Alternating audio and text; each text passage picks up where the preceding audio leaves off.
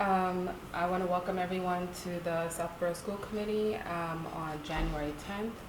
I'm going to call this meeting into order as of 6:39 p.m. First, I'll open with any public comments. And then seeing as there are none, we will begin with new business. First being the principal's report. Gary. Thank you. I have the pleasure to give the reports for my colleagues. So first off from Finn, December was a very busy month in the Finn Media Center. The Finn students were busy reading about, creating, and presenting their favorite holiday or day of the year. First graders began the month by reading and discussing Our Favorite Day of the Year by A.E. Ali.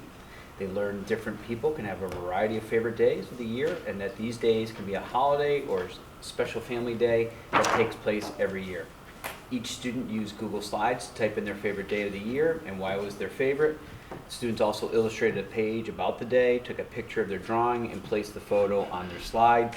Kindergartners did a similar project after reading a Sesame Street book, Home for the Holidays, and discussing the different holidays that people celebrate and the similarities among them. Finn is also excited to mention a new addition coming to the Finn Playground this spring. A first grade student wrote a proposal for a Gaga pit and passed the proposal on to Mr. Ryan. The first grader discussed the proposal. Mr. Ryan discussed the proposal with the student, who also enlisted several other students to support this proposal and why it would be a great addition to the Finn Playground. Students informed Mr. Ryan how a Gaga pit would make students better learners and allow the students to have challenges running, a fun and exciting activity outside. Mr. Ryan then discussed the proposal with the Finn SOS, who decided to purchase the pit and install it and pay for the installation. So very exciting news for Finn. I would love to have been a fly on the wall for that meeting. So this month, Woodward would like to share 2 creative art presentations that were sponsored by SOS. On December 19th, Woodward was thrilled to welcome storyteller Len Cabral. Len is an author and award-winning storyteller who's traveled the world sharing traditional folk tales from Cape Verde, Native America and the Caribbean, and other places around the world. He captivated our second grade audience while making connections to our school enrichment themes. This was also a powerful connection to our ELA curriculum as students explored folk and fairy tales. Also last Friday, Woodward staff and students were treated to an exciting presentation courtesy of SOS and their generous support of the school-wide community. A front row experience awaited as an entertaining and talented BMX stunt rider and motivational speaker, Chris Polos, graced Woodward. Chris not only shared tales from his upbringing in Rhode Island, but also imparted valuable insights on positive character traits that have shaped his life. The significance of qualities such as practice, perseverance, kindness, empathy, and respect for others took center stage in his motivational address. Chris reinforced the Woodward Care theme of compassion for others, and was just an exciting afternoon for all. From Neary, December was also an exciting month. They had their band, orchestra, and short chorus concerts. The students worked very hard practicing their pieces to prepare for the performance for our whole school and families. Not only did we have their weekly in-school lessons, but they also came in before and during the week to practice as ensembles. A huge thanks goes out to Mrs. Spagnice and Miss Sherman for their dedication to our Neary musicians and singers. Neary's music program is thriving because of their instructional leadership. Also, in the first week of December, Neary 4th and 5th graders participated in Code.org's Hour of Code. The goal of the Hour of Code is to increase access to computer science, breaking traditional coding stereotypes and opening doors to coding by appealing to students' interests. To that end, students had choices of coding activities for every skill level and interest. Each grade level had 4 choices: music-based coding, literature-based, art-based, and math and science-based coding. All coding was block-based. At least 3 options had assistive tools such as translation for our ELL students and text-to-speech technology. Every student spent at least 1 hour coding, and it felt successful. It was a great week. Thank you to Mrs. Matthew for her thoughtful and creative planning and instruction. And lastly, Trotter was also busy during the month of December. We held our 2 winter concerts before the break, with our chorus sharing the stage with our friends from Neary. It was wonderful to have a closing of the Winter Wonderland to close out the concert. The following week, our band and chorus band and orchestra performed as well. For both nights, I will say there wasn't an empty seat in the house. And I only highlight this because during the pandemic, we did see a decrease in our music enrollment, and it was kind of a concern. This is a real credit to Mrs. Alzapidi, Mr. Clark, Mrs. Spignees, and Ms. Sherman at Neary. I would say the music program is back. It's as robust as I've ever seen it, and the enrollments coming up and for the future are great to see. I also want to just take a moment to celebrate some clubs and activities this year. These accomplishments may fall under the radar screen, but I want to share that one of our goals is to build a comprehensive and robust program for all students here at Trotter. This year, we offered some new clubs and activities for students. These opportunities include Model UN, Chess Club, Science Fair, and on the horizon, we'll have a questing club, which will focus on magic cards and Dungeons and Dragons. And in the spring, we will welcome a gardening club. It is a credit to the Trotter staff who are all going above and beyond to find outlets and make connections for every student here in the building. Thanks, Gary. Thank you. On that last point, for the Trotter students, are they given the option of how many clubs they should participate in, or encouraged to keep it to either a minimum or? That's a great question. Our club, one, students come up with these ideas. Many of these clubs are generated from students. Like the questing club, I believe, was student generated. Chess club was, I think it was born out of an 8th grade civics action project last year. What we do is we provide the opportunities. Students can kind of come and go as they please. They may be in chess club in the fall, but kind of maybe have commitments in the spring. So the doors are always open. We encourage as much participation as possible. Some students are straddling multiple clubs. For example, or when the drama program comes around, that's a commitment for a couple months, so they might have to take a back seat from a club and then re-engage. So the doors are always open. The opportunities are pretty fluid. Thanks.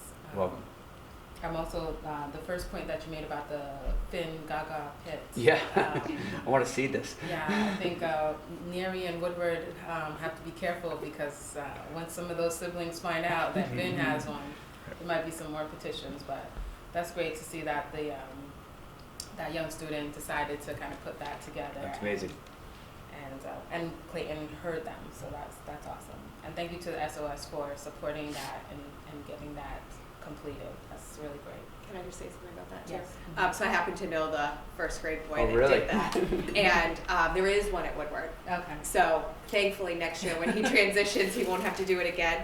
But I know Trish Fruitman typed up the proposal for him, so I think the fact that at such a young age these kids are getting opportunities, and the staff at Finn are supporting them in bringing their ideas forward is great. That's amazing. Thanks Yeah. to Mrs. Fruitman for that. Any other questions or comments? No? Okay. Greg, did you have something? Yes. Yes, go ahead. So, if it's the will of the committee, I recommend that we move the educational policy agenda to the next item, which is probably what you were just about to say. Yep. Okay. So that Gary Horshak can head into his evening. Yes, let's Great. do that. Great. Well, as I did submit a letter to the school committee, and I am here tonight to ask for approval for the 8th grade Washington, D.C. trip for the fall of 2024. As I outlined in the letter, this has been a tradition here at Trotter since 1974, and the benefits of this trip really have a tremendous impact on our 8th graders and our school culture as a whole. As I noted, that this trip had been suspended due to the pandemic, and so there had been a great deal of anticipation to bring back this trip for our 8th graders, and I could honestly say that the trip did not disappoint. We had a wonderful trip outlined, and I will also note that what made this trip special in a variety of ways is now that our 8th grade curriculum has shifted to a civics-based curriculum. Those curriculum connections are stronger than ever before. Years prior, we used to have world history in 8th grade, and so although there were some connections, they were probably looser. now that this trip is bringing that curriculum to life for our students in so many different ways. The itinerary that we provided our students was both robust and dynamic.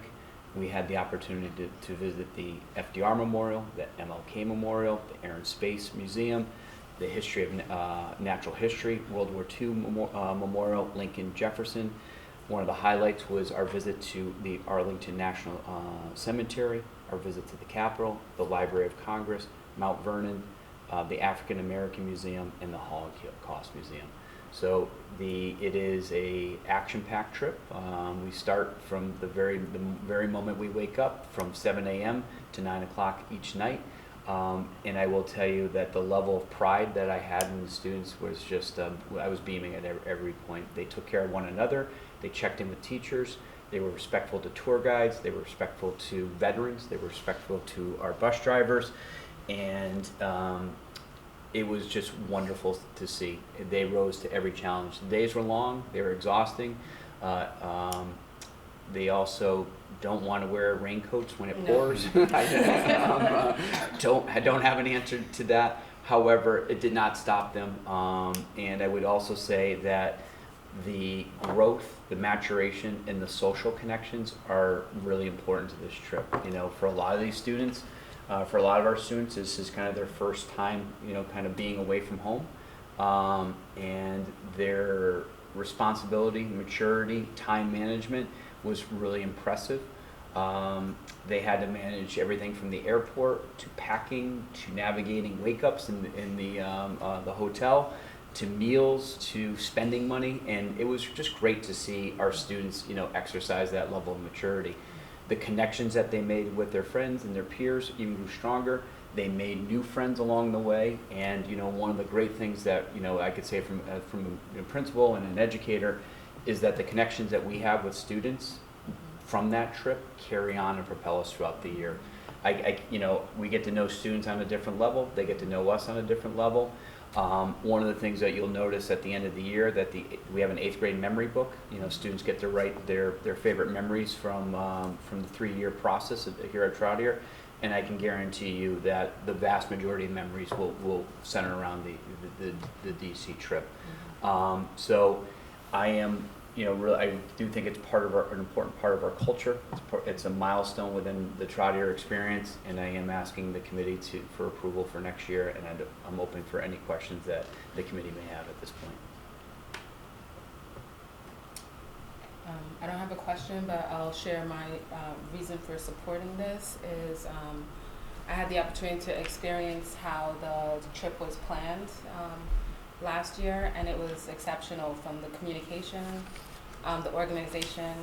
Actually took the chance to compare our itinerary from Southborough with the other schools that also went to Washington, D.C., and those parents were amazed at just how early we had that information, how organized it was. And then from a student and parent perspective, I can echo everything that Gary shared, is that it was a bigger experience than I thought that I could have imagined that it would have been for my child as well as her peer group.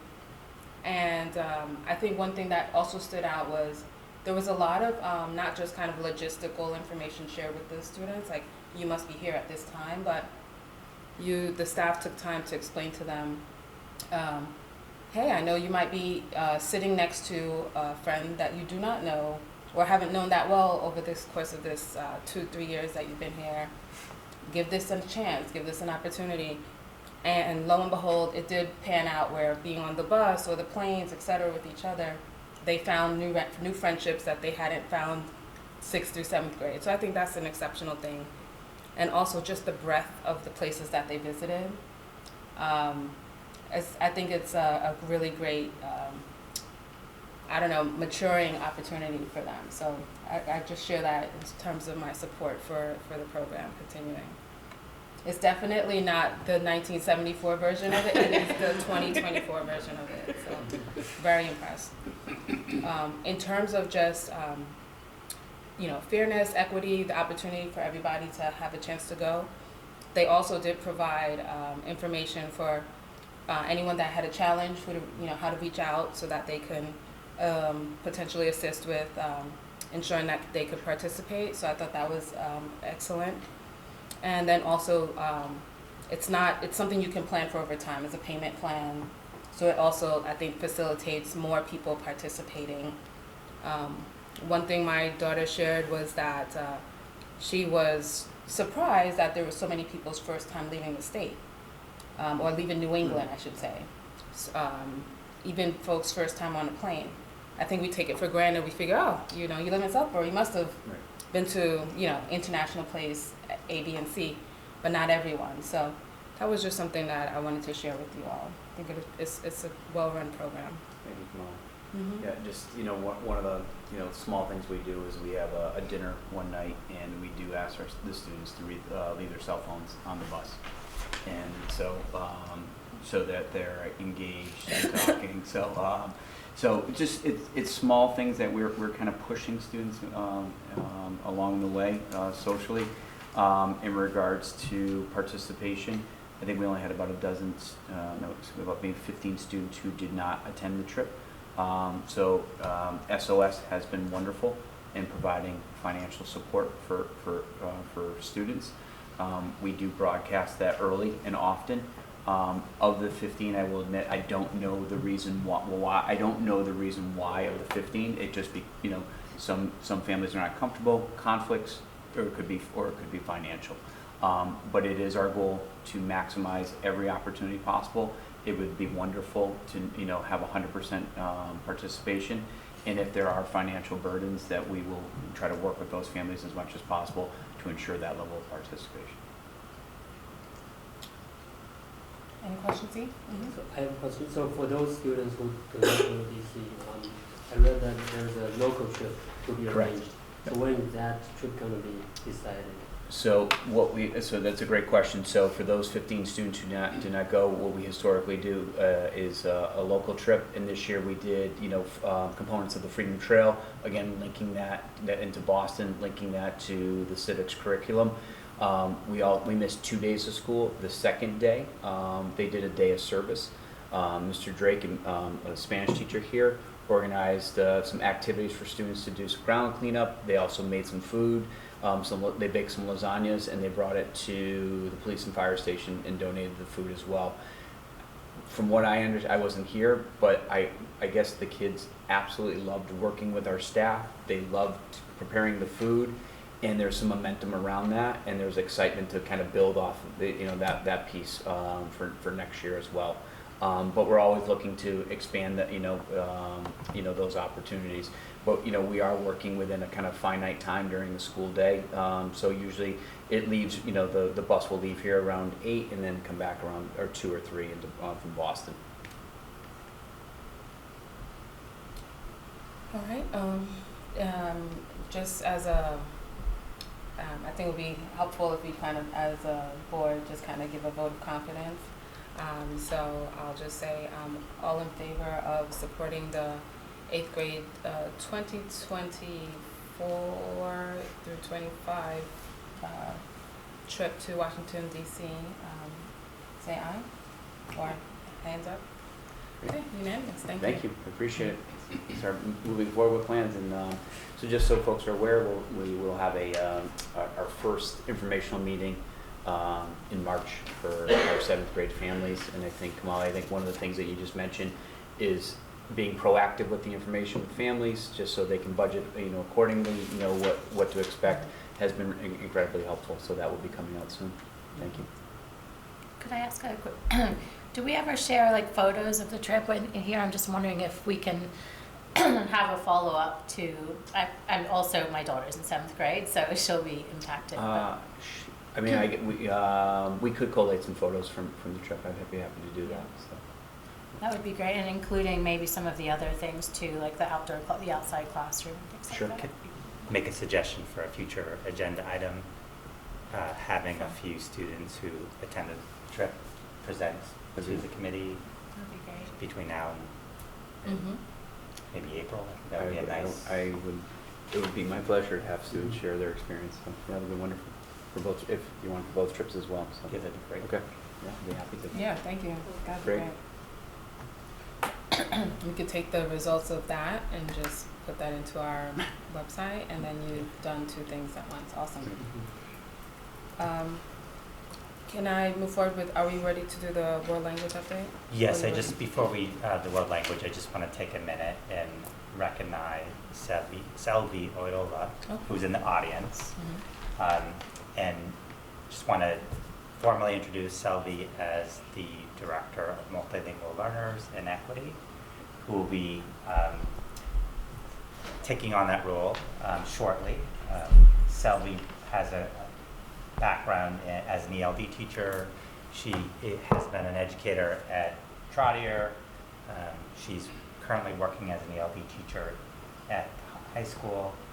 She's been a leader in the ELD department here in our 3 districts. And Selvi also brings a project management background. She's an engineer by design, and she has a lot of work managing large-scale projects across multiple states, dealing with timelines and large budgets. And we are very excited to have Selvi join. And we think we found the right candidate for her current position, and as soon as we transition that person, then Selvi will have some time with Rhoda, as Rhoda works towards her retirement. There'll be about a 4-month overlap with Rhoda to make sure that there's a good transition in place. So welcome, Selvi. Thank you so much. I'm looking forward to working closely with everyone, and I have big shoes to fill, and I'm ready for the challenge and continue to make the educational experience as valuable and as memorable as possible for all of our students. Thank you. Yeah.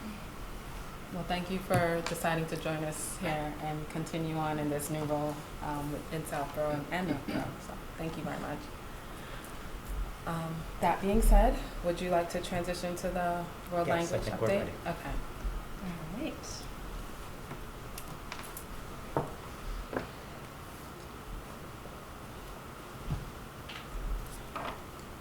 Success.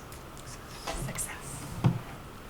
Okay, so tonight I'm just going to give a very brief update on the elementary Spanish program, or FLES, which stands for Foreign Language Elementary School, which is just an acronym for a type of program.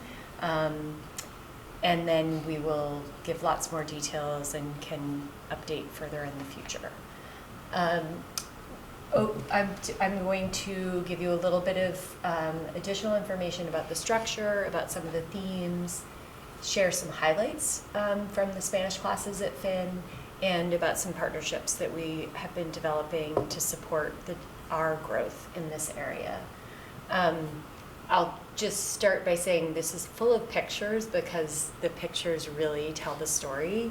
I happened to be at Finn, it's a little bit of a blur, yesterday or the day before, first thing in the morning as kids were entering the building, and in my walk through the building I was standing with Maria, our Spanish teacher, and as the kids walked by, they just kept saying, "Hola, señor. Hola, señor." She was saying, "Hola," and she, calling them all by name. And I did not hear a single child say hello or good morning. Like, they, one after another, just casually walking by. So it's very, very exciting and been a really positive start to the program at Finn. So in terms of structure, our kindergarten and first grade students are taking Spanish twice a week, 30 minutes per session. There are some predictable elements to their class. They have sort of a warm-up and a greeting. They're practicing that sort of interpersonal communication. Their lessons are based around thematic units. She is incorporating a lot of music and movement and hands-on, whether it's Play-Doh or arts and crafts or just moving their bodies, dance and things like that. And there's often video or story time. The video might be a song that they're working along with, or they're reading books, being read to, I would say. In terms of the themes, greetings has been one of them. They're doing work with the calendar, which our students also do in English. So they have been learning the days of the week, the months of the year, and as part of that morning routine, much like they do in many of their homeroom classrooms, they talk about the weather. They talk about the numbers, so they're learning the numbers and practicing counting. Colors, shapes, very concrete, sort of developmentally appropriate themes, patterns, and then feelings has been one of the big themes that they've talked about, which aligns with some of their curriculum work in other areas.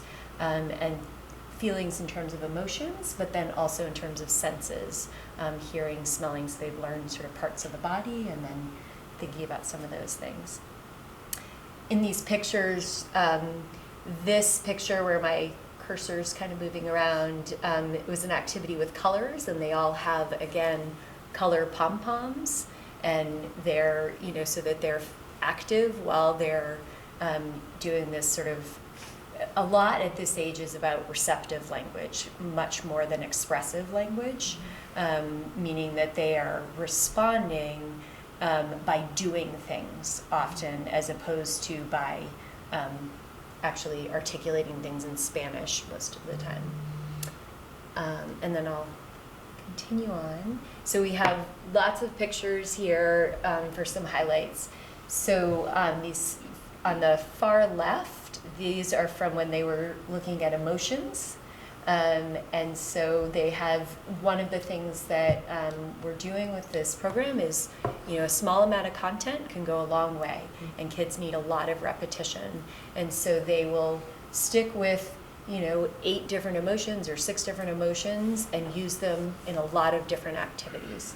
So those are some of what you're seeing there. This picture right here is from when they were doing a dance. Another aspect of the sort of themes that get woven in are cultural traditions, holidays, dances, food, music. So a lot of, from Spanish-speaking countries. And the other pictures are recently, they were learning about Three Kings Day and about that celebration. And so that's what those other 2 pictures are from.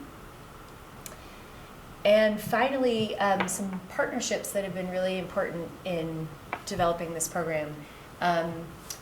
Maria comes to and is part of our curriculum leader committee for world language, and so we have a K through 12 committee, so high school teachers, middle school teachers, and Maria meet together. We actually just met last week, and we are talking about sort of that vertical alignment and everything from assessments to professional development and all of those things. So she is a part of that group. And then our other important partnerships have been connecting with other districts that are doing this same work at the elementary level. Arlington has been very generous in sharing curriculum resources and their experience, and as has Dover-Sherburne. And with Dover-Sherburne, several of us visited and observed in their classrooms, and I was able to participate in that. And we've also been able to set up that one of the teachers there, who is their coordinator of their elementary program across 2 elementary schools, is also serving as a mentor to our teacher, to Maria. So we have just started that sort of formal mentorship. She was, again, being incredibly generous with both resources and sharing and experiences, and we just said, let's formalize this and really create a little bit more structured partnership there. And then we have also invited Dover-Sherburne to have a few of their teachers join us on our professional development day, where we have someone from Salem State who's going to be running a world language professional development session for our teachers K through 12. And in order to thank them for their generosity, but also as a way to have a cohort of elementary educators that can work together, so Maria is not on an island. We've invited some of them to join us. So those are the quick highlights for now, and I'm happy to answer any questions. And I guess my last parting words is just that when Maria does come and help present, you will experience the energy and passion that she brings to this work. She was formerly a teacher at Trotter, so Gary Lask, because he knows the energy, and it is infectious, and her positivity and her just dynamic nature has been a gift at Finn. So That's excellent. Any questions? Could I just add one comment too? And that is that this was a significant conversation during the FY24 budget process. What was presented last year was a 3-year plan, so this year we implemented year 1 of that plan to start at K1, offering a FLES program. Next year, FY25, the plan is to continue that FLES program in grades 2 and 3. And then FY26, the goal is to add it to grades 4 and 5. So this is part of a 3-year journey to really fully operationalize our FLES program in the public schools in Southborough. Yeah, go ahead. Thank you for that update. And I completely agree with you. When she does parent drop off in the morning and my kid's out of the car, it's like, hola senora, hola senora. I'm like, why don't they say hello mom every day when I do pickup? Like, I need to take some lessons from her to understand how she gets them to respond like that. And it's the same thing in the hallway. Every time she sees a kid, they're saying hi to her in Spanish, and she speaks Spanish to them. So I think it's great.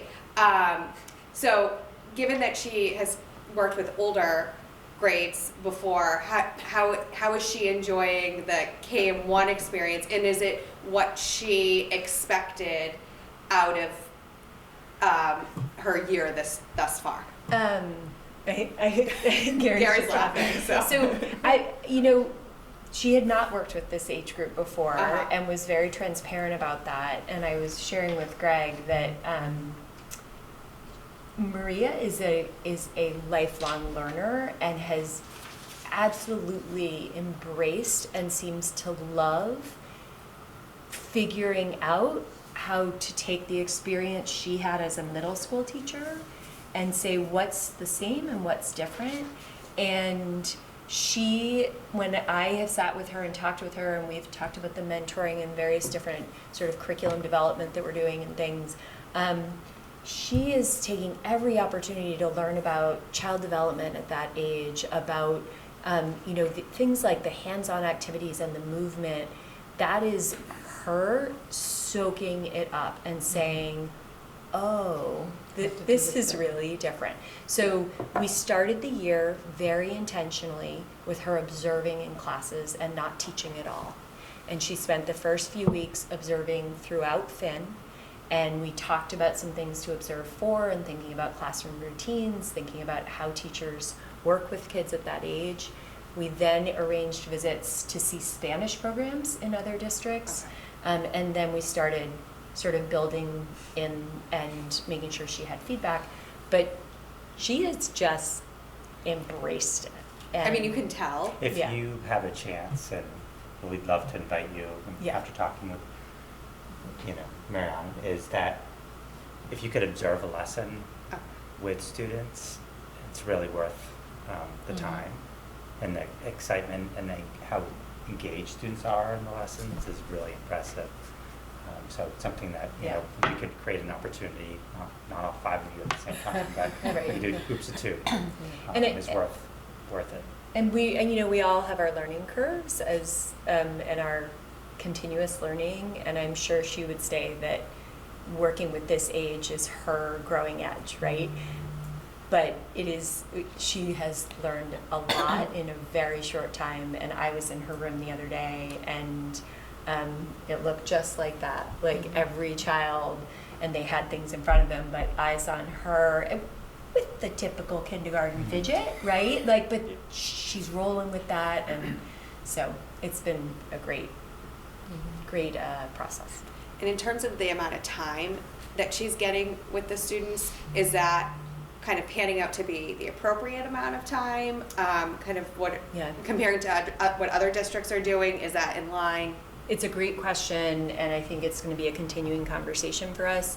We're on, I think she is finding that it's enough time for her to feel like she's gaining some traction, but I think the recommended times would probably be longer, both from what we would hear from other towns and if you read about FUS programs, what you would read. Yeah.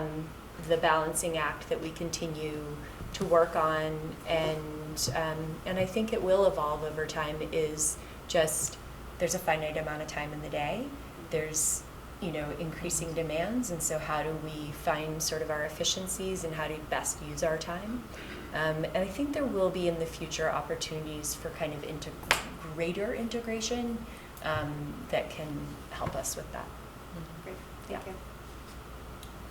Speaking of integration, since our classrooms are mixed in terms of ability and neurodiversity, how is she handling students that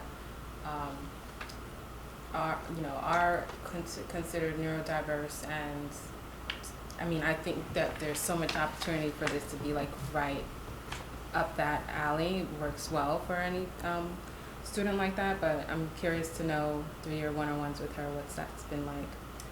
I think you're right that there are certain aspects of the way this is set up that are particularly conducive to supporting that, in the sense that the goal, and really through most of elementary language development, is not about writing and sort of the type of production that might be more challenging for some of our students with neurodiverse backgrounds. And it's really much more about that active participation. Kids are communicating at the level that they're comfortable with and ready for, and so there's a really wide kind of range of experiences within the room, and so I think that's working out well. She also has had a volunteer that is often with her. There's a lot of community volunteers at Finn, and there happens to be one that's Spanish speaking that is often in class with her, and that's been given a second adult in the room, and then we have other adults that are often in the room as well, working with particular children, and that's another support system. I think that's great to hear. If she ever needed additional support, if you reached out to the same folks that were supporting us the last 2 years to have a FUS program, some of them are multilingual. That would be a group that would may raise their hand to support her, because we want her as well as any other person to be successful here. Jen? There are in the literature and the research a whole host of like benefits of learning languages early. Are we tracking any kind of metrics in terms of like success or any of these things that are discussed as benefits as we start the program? We have, as we're going to talk about shortly, lots of different data points. We haven't specifically been tracking anything differently than we ever have before. Can I just add, I think we're looking at not just the K-1 or the elementary, but we're looking at where we want students, to end their experience at Algonquin Regional High School. So there were language teachers at Algonquin Regional, the middle school, where language teachers are also talking about how do we get kids to proficiency. So it's this long view of where we're heading.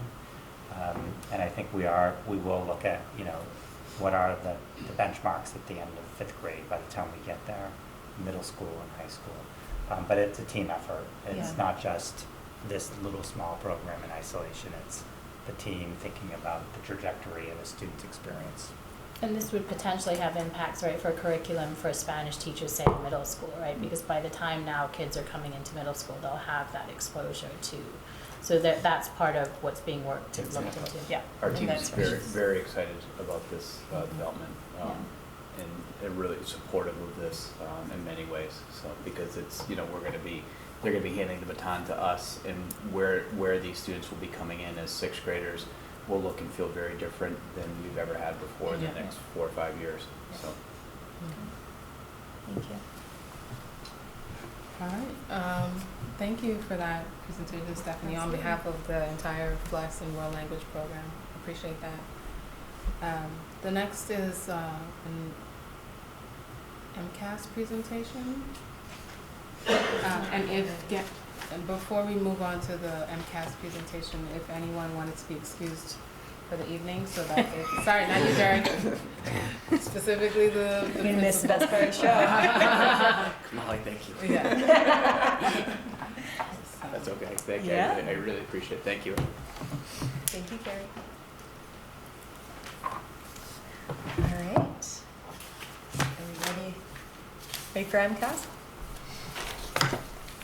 So thank you for the opportunity to take a look at our MCAS performance results. As we go through this presentation on an annual basis, there are certain things that I think are important for us to just remember, although they feel redundant if you're listening year after year. But the purpose of the accountability system and of the MCAS is to provide clear, actionable information and feedback to families, to community members, to the public, to the district, about school performance, district performance, and it can then help, again, at a school level, a district level, and a state level, and nationally, to direct resources and assistance and really have some metrics on how we're doing educationally. For us as a district, it is one of many sources of data. And so we really consider it in the context of a lot of other data, and I'll give you some information about that tonight as well. So again, as always, whether we're talking about budget or we're talking about MCAS or we're talking about curriculum, our strategic plan and our portrait of a graduate are really our sort of North Star. That profile of graduate is our vision for the students that we are supporting, the development we're supporting for our students. And again, MCAS is a data point that helps us to see how we're doing on that. But also, if you look at our portrait of a graduate, there are a lot of things that we care about and we value in terms of student development that MCAS does not measure. And so we keep that in mind as well. So just on the technical side, updates, as you recall, MCAS was canceled in 2020. It was modified in 2021. And then 2022 is where we got back to a more typical, or what we would call a typical administration. So we're going to really look at 22 and 23 as the data that we'll look at tonight. We can't actually compare to 21, and then sort of skipping back to 19, it really gets kind of complicated and not that helpful. So we're going to focus in on 22 and 23. In 2023, as has been the case in the past, our participation rates remained high at 99% or even 100% in science. I think it was science that we had 100%, but very high rates of participation. Before we look at specific MCAS results, this is a chance to just take a look at who are our students and the demographics and our population. And this is 3 years worth of data in terms of the subgroups, 5 years worth of data in terms of our overall population. So our population is pretty steady in terms of the size, the total number of students, but you do see some trends around increasing diversity in terms of our racial and ethnic makeup of our students, and that's something we've celebrated in many other presentations and we're excited about. And so I think it's important to think about who we're talking about as we talk about this data as well. In terms of MCAS scoring, there are 4 achievement levels. Not meeting expectations at the bottom is, it's all relative to standards and to grade level standards. And so partially meeting and not meeting is below grade level standards, so it's not meeting the standards of the grade level. Meeting expectations and exceeding expectations would be saying that a student is proficient or exceeds the proficiency standards. So one of the metrics that we often use, and we'll use a lot tonight, is to talk about those top two categories together. What percentage of our students are meeting or exceeding grade level expectations. So first we'll take a look at English language arts. And some of our pictures that the principals shared with us are highlighting our new English language arts curriculum, Wit and Wisdom. So there's some glimpses of that. So you've seen some of these slides in advance, but this is, I just will reveal slowly because it's a little overwhelming if you see it all at once. But this is looking at our achievement levels. So this is, again, the same 4 levels. The green and blue at the bottom is the meeting and exceeding. So you have, grade 3 for 2022, grade 3 for 2023.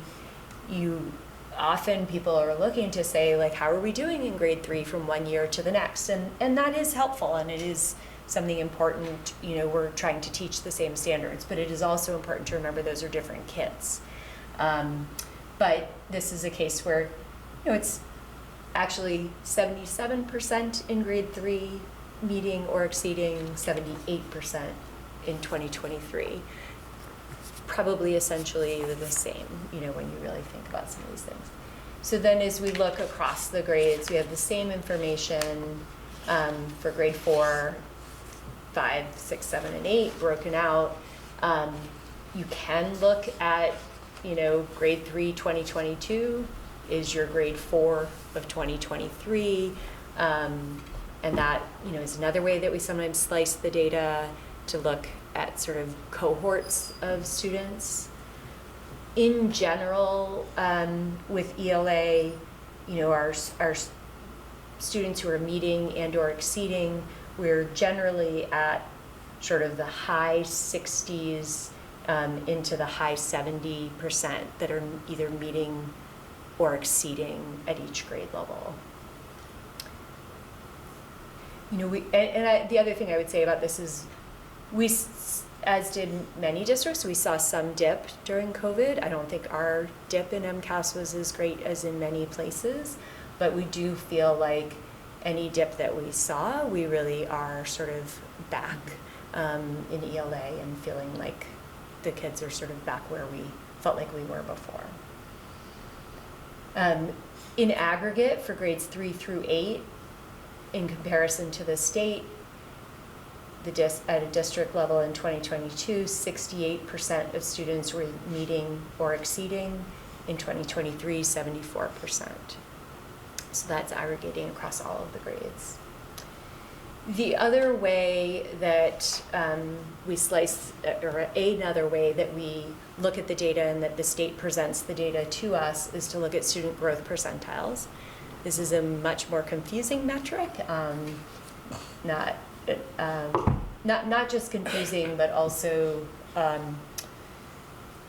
there's a lot of interpretation involved in making sense of this. So student growth percentiles are a measure that are trying to show you how a student's change in scores from one year to the next compares to a similar cohort of students. So you take a student and they say, who are the cohort who had similar scores, let's say in 2022, and then compared to those same students who were in a similar place in 2022, they put them in a percentile ranking of who grew the least to who grew the most between 2022 and 2023. Different kids. They're a group of kids, so let's say like you had a whole group of kids who scored around the same range in 2022. Some of those kids did worse the next year and they're going to have the lowest growth percentiles. Some of those kids were sort of in the middle range of growth. They're going to be right around 50th percentile of growth of that cohort. And the kids who grew the most of that cohort, so their achievement went up the most, are going to have the highest growth percentile. So it's a, up to 100, it's a percentile ranking. So if you're kind of right in the middle, that means you've had sort of average growth compared to a like group of kids. So we really, I think it's important to think of growth percentile together with achievement. This is a visualization that shows you the star represents the state. This is again for English language arts. The state in this, for English language arts for grades 3 through 8 in aggregate, the y-axis is achievement. So the percent of students who are meeting or exceeding expectations.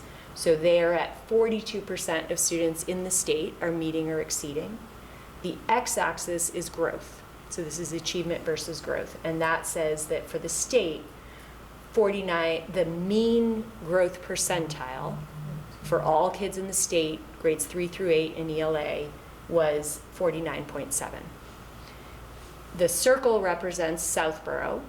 And if you think about these quadrants, the upper right-hand quadrant is high growth, high achievement. So that's where we want to be. And it is, in some respects, the higher your achievement, the harder the growth gets, right? So that's something to keep in mind as well. Stephanie, before you go forward. Sure. Since there's a lot of content. can I check Yes, if anyone it's has totally any fine, yeah. questions so far? So is this just measuring 4th grade to 8th grade on this, because you wouldn't have the prior year data for 3rd grade? You know what, that's interesting. There are no growth percentiles for 3rd grade because there is no Yeah. prior year. But they label this as 3rd through 8th, and then what I'm not sure about is whether the achievement includes 3rd grade. Okay. It's a great question that I would have to double check, but you're correct that there's no growth percentiles in 3rd grade. And there's also no growth percentiles in science because it's Because 5th they grade don't and have- 8th grade, and there's sort of too much time in between. Mhm. So the growth, it includes 4 through 8. Achievement includes 3 through 8. It does include 3? Okay. That's what I figured. Okay. Anyone else? Okay. No, it's fine to jump in, there's a lot. This just breaks down our average student growth percentile by grade in ELA for 2022 and for 2023. And again, fairly steady in that sort of middle range. I think, again, we have seen historically that there are fluctuations in growth percentile from one year to the next, and really we try to kind of look over a longer period of time and not get too worked up about kind of one particular jump, because it does just seem to fluctuate. Can I ask, so I just have a quick question. The 2022 is compared to 19. What's the growth?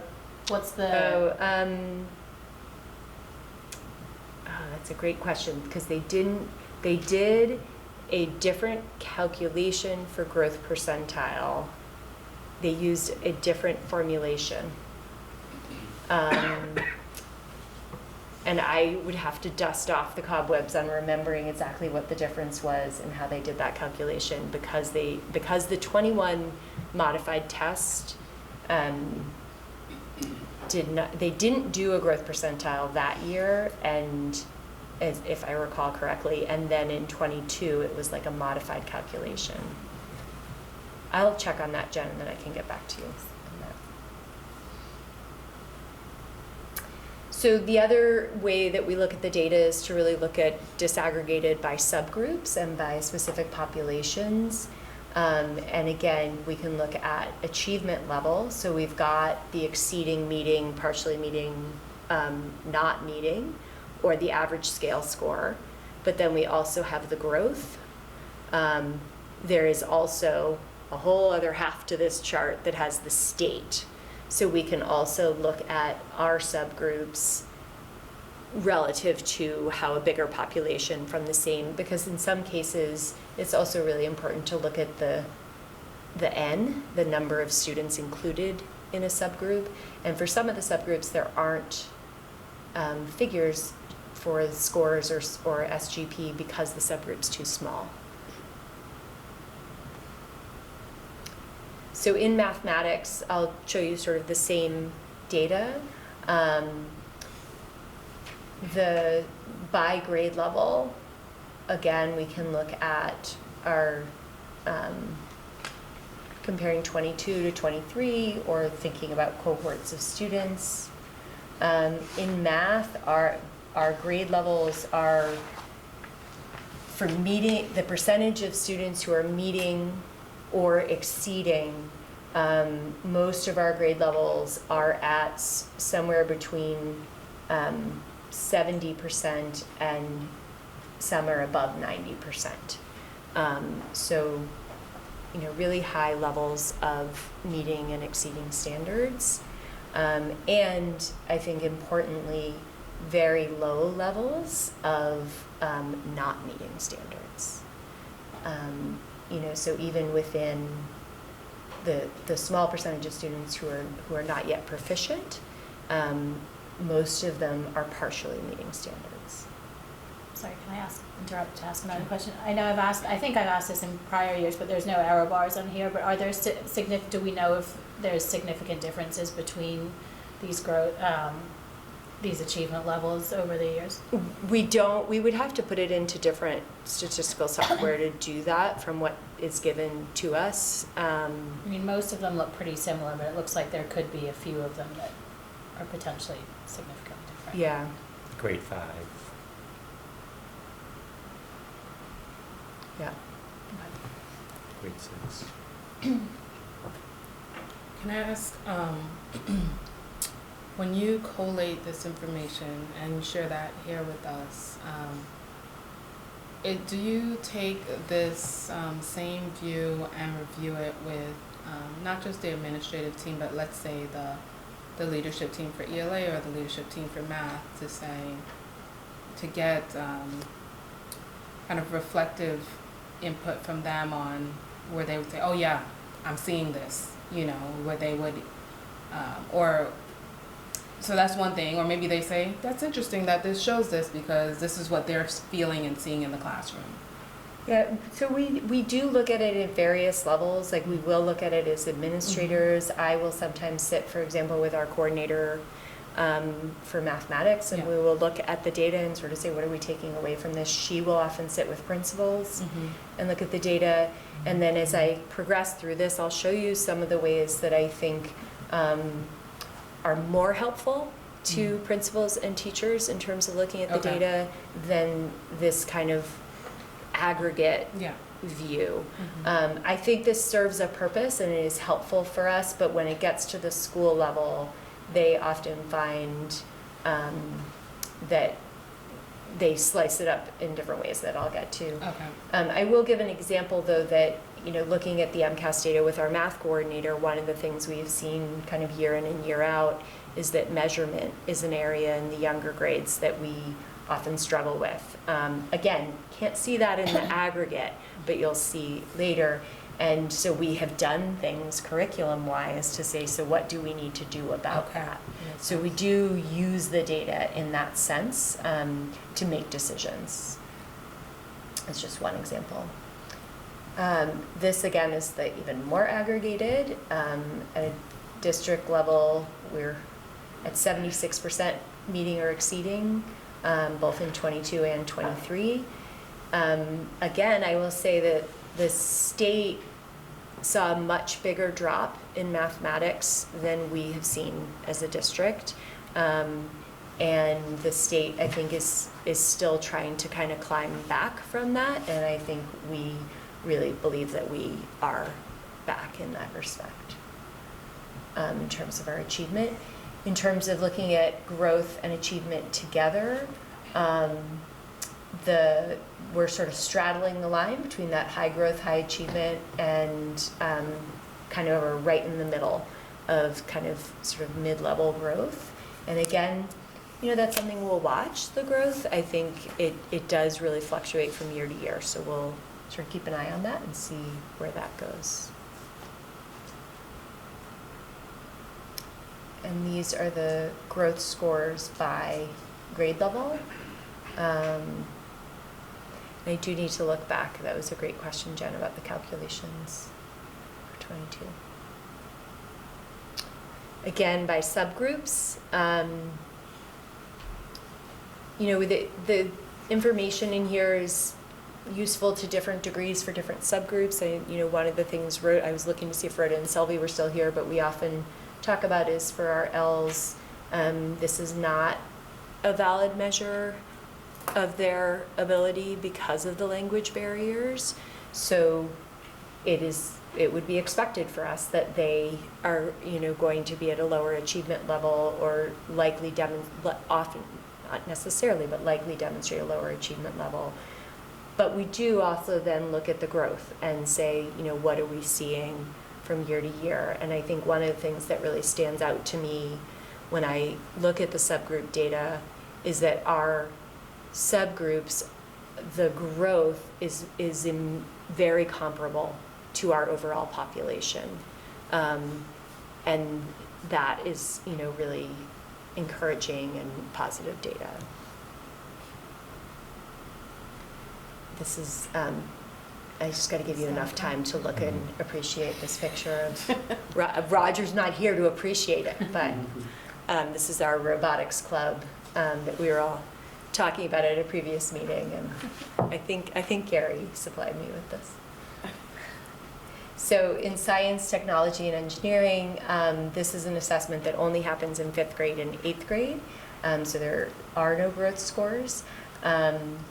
We, again, really very strong achievement outcomes are, we're in the mid to high, 70% that are either meeting or exceeding in both 5th grade and 8th grade. And you can see that sort of broken down here. And again, really feeling like in terms of COVID, like we're in a good place. And I love this picture in our lab coats. In terms of subgroup data, there are no growth scores to compare, but very similar data, and really there are gaps that we're always working on with different populations of students, but also seeing a lot of growth. Can I make a comment about these disaggregated ones? Is there a way, again, I think where like the significant difference might be useful for us to look at is to have, so you have all of your students, so I'm wondering if, and you guys probably look at this in more detail, but being able to see whether there are significant differences in overall versus any of these like categories here, to see if there's specific areas or groups of students that we as a district need to focus more resources on because they're significantly lower, for example. Mm-hmm. There are some other visualizations of this that we have. One of the reasons I included this one, which I find is a lot to look at, is because it had, in the math and ELA, had the achievement and growth together. But I think it is in some visualizations where we look at the percentage meeting and exceeding, we can see some of the pretty stark differences and know where we want to focus our resources, even without sort of calculating statistical significance. I think that so I see what you're saying. Like I do think there are going to be differences, which differences matter, which differences stand out. Yeah, and I think your sample size is obviously, like, you might not be able to look at that because some of the groups do have ends that are too small. And so, a lot of what we end up doing is really then digging into this and saying, looking at all these different things we've been just talking about, but then also saying, how does this match or not match with what we are seeing in the classroom, with other metrics, with, I was talking to one of our Southborough principals last year about a student whose results far exceeded what they typically see in a day-to-day experience. And so that, then begs the question, So this student is able to do things that are not being demonstrated in class. And sometimes we see the reverse, right? Where we see a student succeeding in the day-to-day class, struggling to show that in this sort of a testing situation. And so those are sort of the conversations we have, but what we really do, and what I think the teachers find really useful and the principals, is to get down to that student level. Where are there students who need different interventions or acceleration? How do we triangulate this with other data? And then also, what are curriculum implications? So like the example I gave with math. Part of the way that we do that is to really look at it at an item level. And one thing that I just mentioned was look at it at a student level. So drill down in those subgroups to like, which individual students are we talking about, and how do these results match?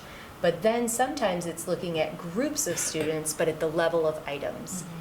So this is a chart it's a piece of a much larger chart that is showing 4th grade at NERI, ELA, and it's going item by item, and it is sorted, actually take that away so you can see, it is sorted in the far right column by the difference between our percent that are meeting or exceeding compared to the state.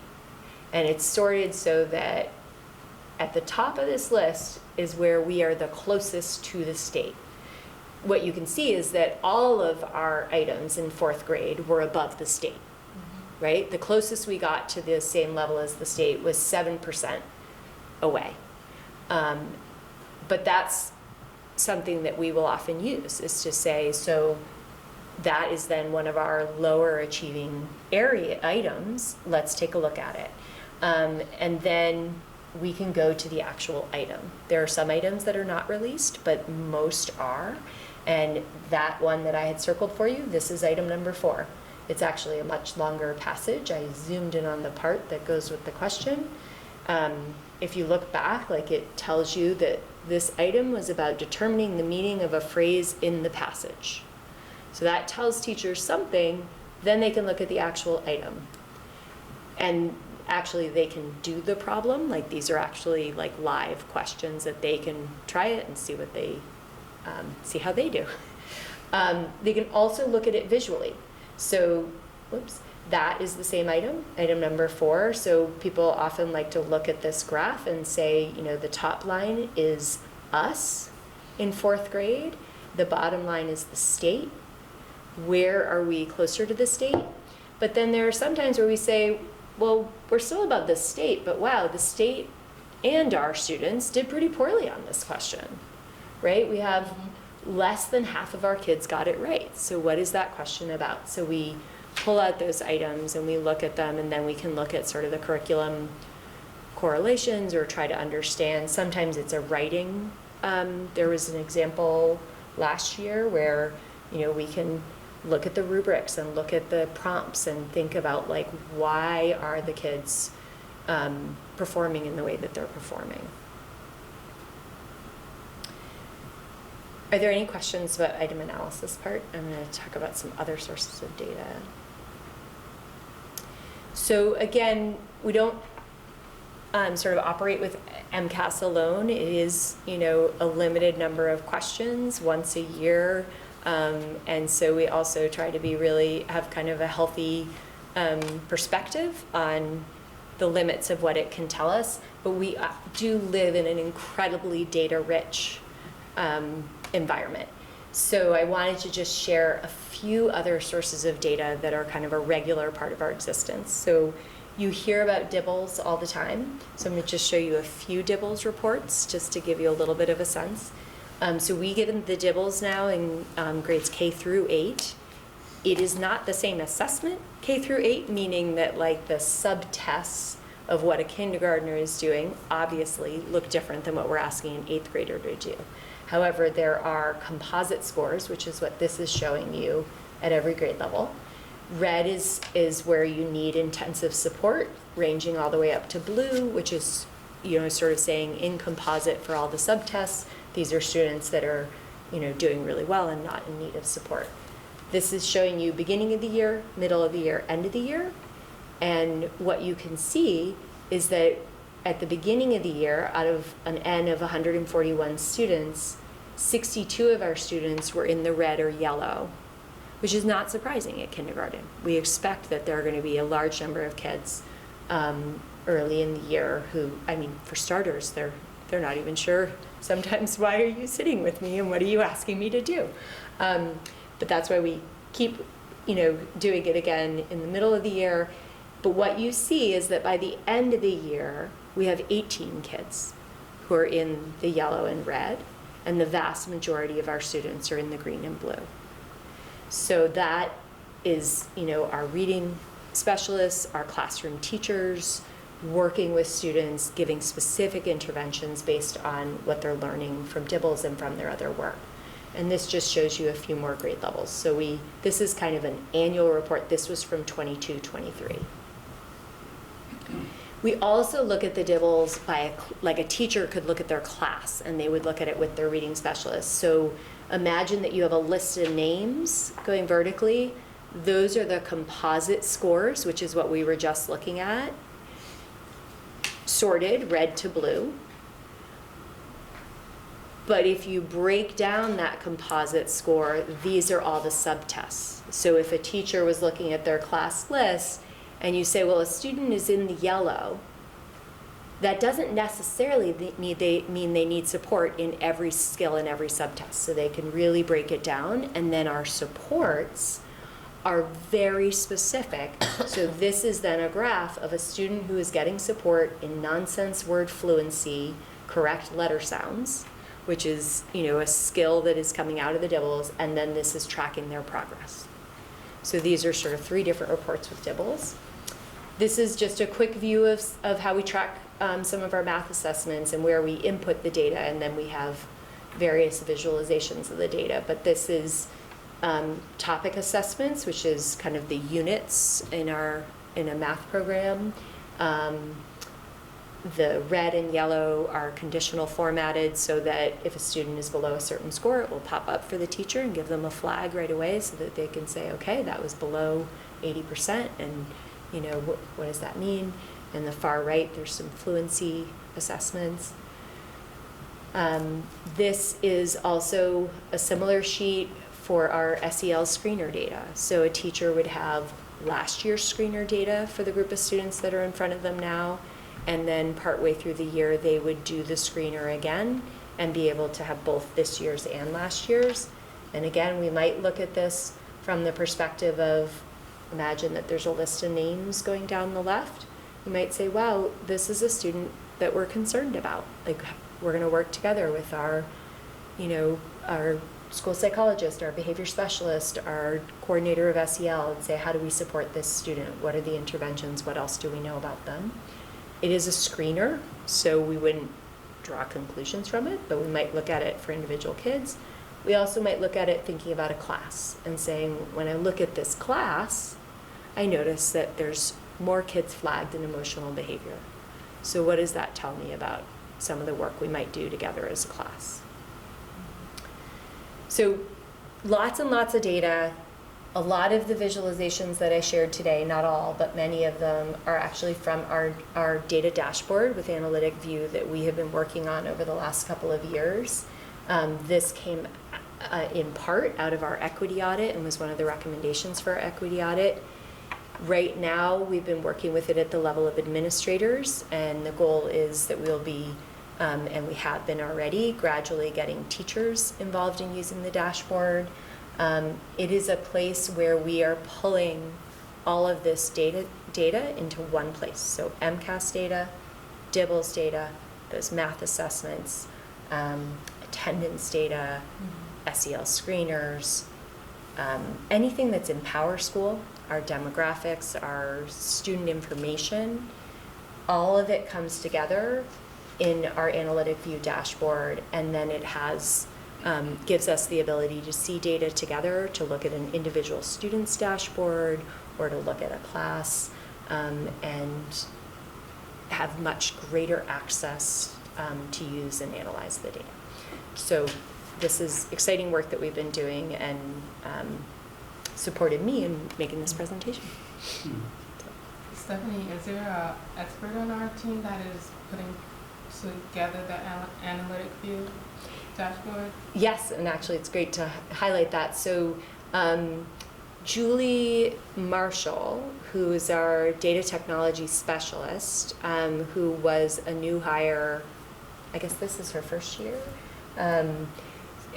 is really kind of our lead internal person in partnering with Analytic View. Julie Doyle and Julie Marshall have worked together, and I've worked really closely with them in terms of like, where are we going with this? But Julie Marshall is kind of our technical lead, and she meets weekly with the experts at Analytic View and is learning not only how to make dashboards, but is constantly working with them on, here's what we're wanting to do, how can you help us, how do we create this? And so those item analysis reports I showed you are from Analytic View, and that was something they had not made previously with any other town, and we said, you know, in the summer, this is something that we know is going to be important for teachers. Can you work with us? And Julie works with them until we kind of get there, and get to a place where we think, okay, this is going to be really useful to people.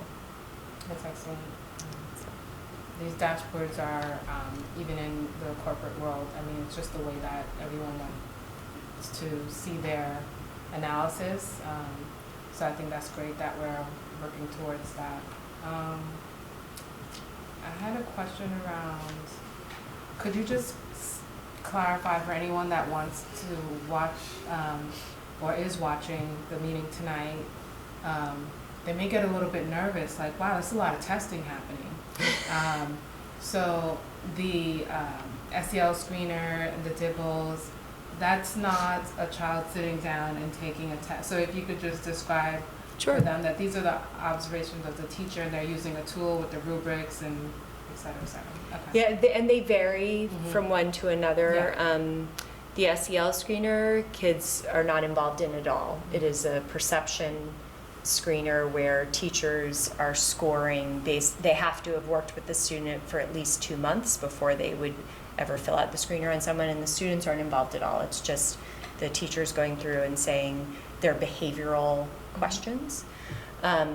DIBELS is a time when they sit one-on-one with a teacher and do some little activities, and the teacher is sort of scoring that. But to the kids, it kind of feels like a reading lesson. You know, it doesn't feel all that different than instruction. Some of those math assessments are that kind of end of unit assessment that, you know, probably would feel familiar to you all as something you might have done. So it varies from assessment to assessment, but I think our teachers are very sensitive to not wanting our kids to feel like they're sort of churning from test to test to test to test. Any questions? See? Yeah, just curious, for any of these tools, can they be done at an individual level? And if so, how do you choose the individual to zero in with them?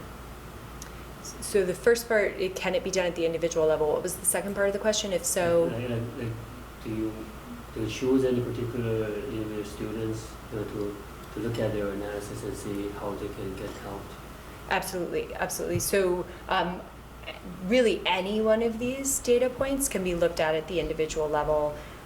You know, whether it's MCAS and every family gets a report about their individual student, and we can look at the individual level, and we do look at the individual level, or DIBELS or any of those. How do we decide sort of when to zoom in at the individual level?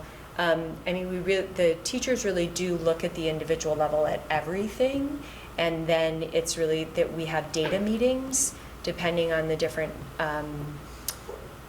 assessments that we're talking about. We will have data meetings where we will either be looking at a whole class or a whole grade level and saying, based on this data, where do we target our resources for intervention or acceleration?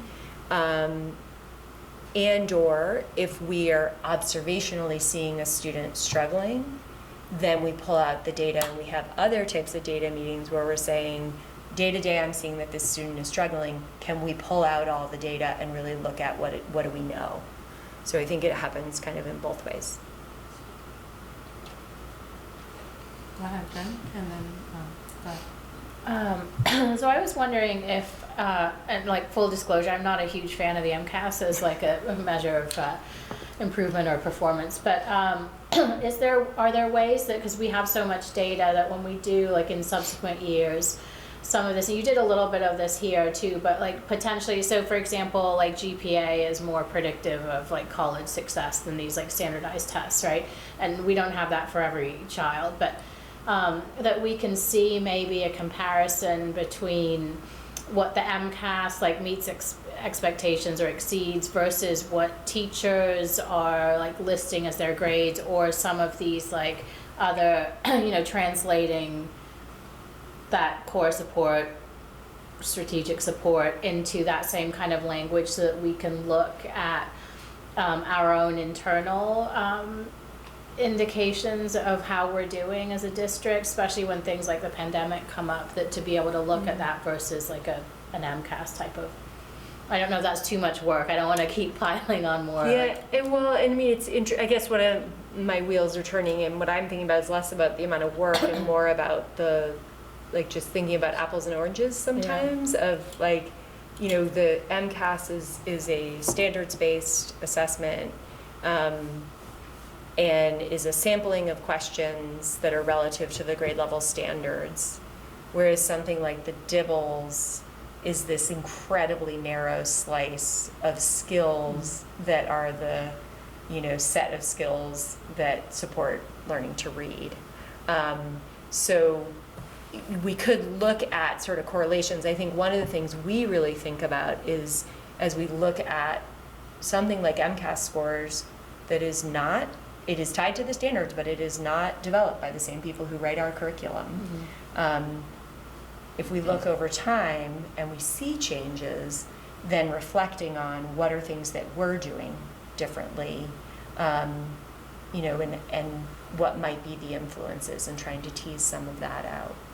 And I can add to, what is not depicted is that we are able to, through this dashboard, look at a student. We can look at GPA, we can look at attendance, we can look at MCAS, we can look at SAT, we can side look by at AP. side. We can take all that data and create a map of a student profile and how they're doing. The goal really is that we've always had a lot of data, but it's been in disparate places, and really trying to make it as easy as possible for teachers to have this information at their fingertips so they can inform instruction on a day-to-day basis. But we're able to triangulate the data around some of those other points, like how did the student perform in MCAS? How is the student's attendance? What are their grades? What are their their course grades? grades? And marry all these to tell a better story about a student. Sorry, I have a follow-up question to that. So, I use a lot of dashboards in like healthcare, right? Mm-hmm. So for us, like, we can get pinged on certain patients if they have a high risk profile, right?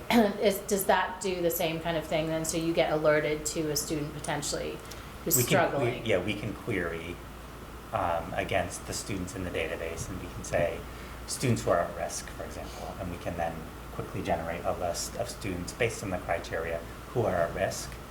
And then we can create monitoring dashboards. So we have a dashboard of kids who are at risk, who we're closely monitoring. For example, maybe chronic absenteeism. And we can see how they're doing over time. So definitely that is something that we're able to do. Before it was, we would have to go into the student information system to look at the attendance. Then we'd have to log into another tool to look at MCAS. Now it's a complete picture of the data we have for a particular student.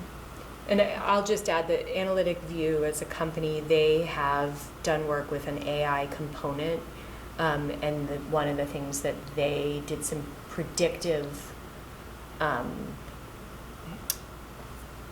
analysis is around dropout, the likelihood of dropout based on other metrics. That isn't something that we have used yet, but one of the reasons we chose Analytic View is because there is a tremendous amount of power of where we could go with this tool and the way we could think, because we can build dashboards. And they will work with us on building dashboards. And so we could say to them, here's something that we want to be pinged when this becomes, a flag. And that's something we could build over time. So, we're excited about all the possibilities as well. That's great, thank you. I know there's a lot of thoughts rattling with everyone after seeing all of this. I'm happy to take a few more questions, or we can move to the next. Okay. Let's go to the next item in the agenda, which is reviewing the FY25 revised preliminary budget. Just give me 1 minute to project.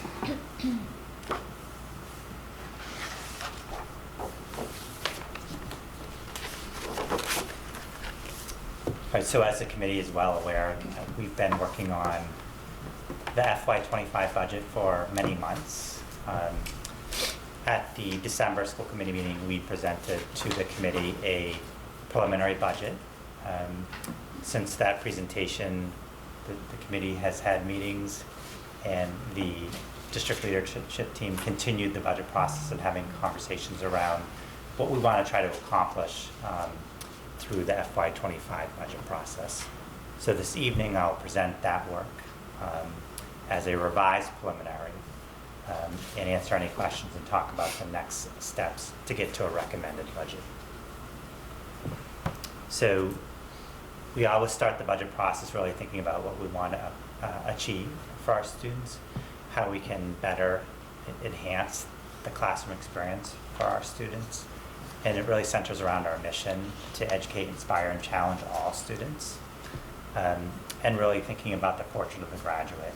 How do we prepare students for the next grade level, the next transition to school, to middle school, to the high school, and then eventually to the world of work, or college, or career. And really, how can we help students become collaborators, critical and creative thinkers, communicators, socially and civically engaged, growth-oriented, and healthy and balanced. So the budget is a process, as we always talk about. It begins in August. The financial team does a lot of work preparing for the budget season. And really, key components to the budget work really is meeting with the school committee and talking about the school committee's budget priorities for the upcoming fiscal budget year. And also internally, as a leadership team, looking at our strategic plan, looking at our school improvement plans, and really talking about what we hope to accomplish through the budget process. This also is a close partnership with the town. So we are one department of many of the town of Southborough. And it also takes a lot of conversations and a lot of discussions with the town leadership team as well, so that there's transparency and there's collaboration and there's synergy around the budget process.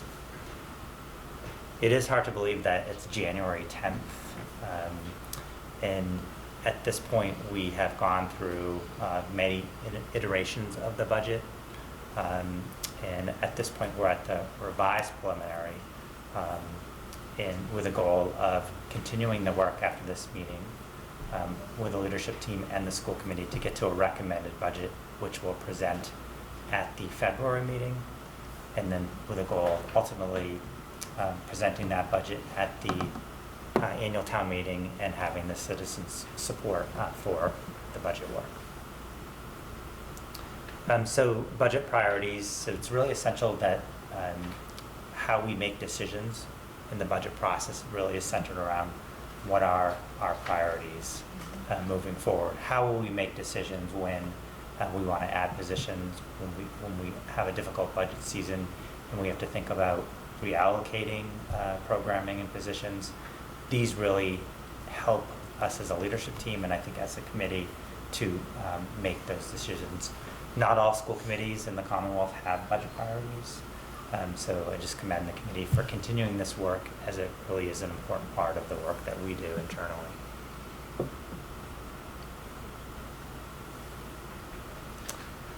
So each year as we begin the budget process, we think about what are the budget impacts. So this year we really identified 5 budget impacts. The first was general education transportation, and we'll talk more about this in detail. In the preliminary budget that we presented to the committee, it had a 25% increase to the regular transportation line item, because we are in our 4th year of our contract with NRT, with an option to extend it a 5th year. The extending it for a 5th year is a fixed cost. We know that cost. If we were not to execute that 5th year, we would have to go to the procurement process, go out to bid, and we're anticipating anywhere between a 20 and 25% increase. Supplies and material costs. So although we've seen a moderation in inflation, there are areas where we're still seeing increased costs that are higher than pre-pandemic levels. Textbooks and instructional software, we're seeing a shift in modeling for how curriculum developers are selling their curriculum. And it's no longer you buy a curriculum set and you own that for 5 or 6 years and you have that one-time cost, and then in 5 or 6 years you go out and buy it again, or you research a new curriculum. Really, it's per student on an annual basis, so now it's more of a license model. So we're seeing that impact of that on our budget, where we're having to budget per student for the curricula that we are purchasing. And then lastly, ESSER phase out. So we have till the end of fiscal year 24 to expend ESSER 3. The district has really tried to not create structural deficits and try to purchase materials and items. However, no matter how we did that, there's still ESSER money that we have to put back into the operational budget because we use ESSER to offset the FY24 budget. So those expenses for FY24, where we use ESSER 3, I'll give some examples. Staff and student devices. We had a third of the ELA coordinator's position onto ESSER, translations and screening tools. And the total cost of expenses on ESSER 3 that we're moving back onto the budget is a little over $165,000. In terms of where we are currently with the revised preliminary budget, so we always start with the FY24 budget amount. Principals worked and district leaders worked to really think about what we wanted to accomplish. We did a lot of thinking about what if money and there were no constraints on what we would like to accomplish. What would we ask for? And the initial budget requests include a lot of those asks and don't include any reductions. So the finance team take all the principal's budgets, the director's budgets, and create the first budget. That budget was a 15.63% increase over fiscal year 24. And then we applied circuit breaker, and what we presented last month was a 10.38% increase over fiscal year 24, again without any reductions. Since then, the principals and leadership team have looked line item by line item, talked about what goals we'd like to achieve, talked about programming, we've talked about class size and what class size will look like. And as a result of that work, the revised preliminary budget currently is at $24,258,964, which represents a 5.18% increase over fiscal year 24. So budget priorities, so again, a lot of conversations around the school committee's priorities and really thinking about what amount of money would it take to add the priorities into the fiscal year 25 budget. And what we've highlighted in green is what is included in the budget before you this evening.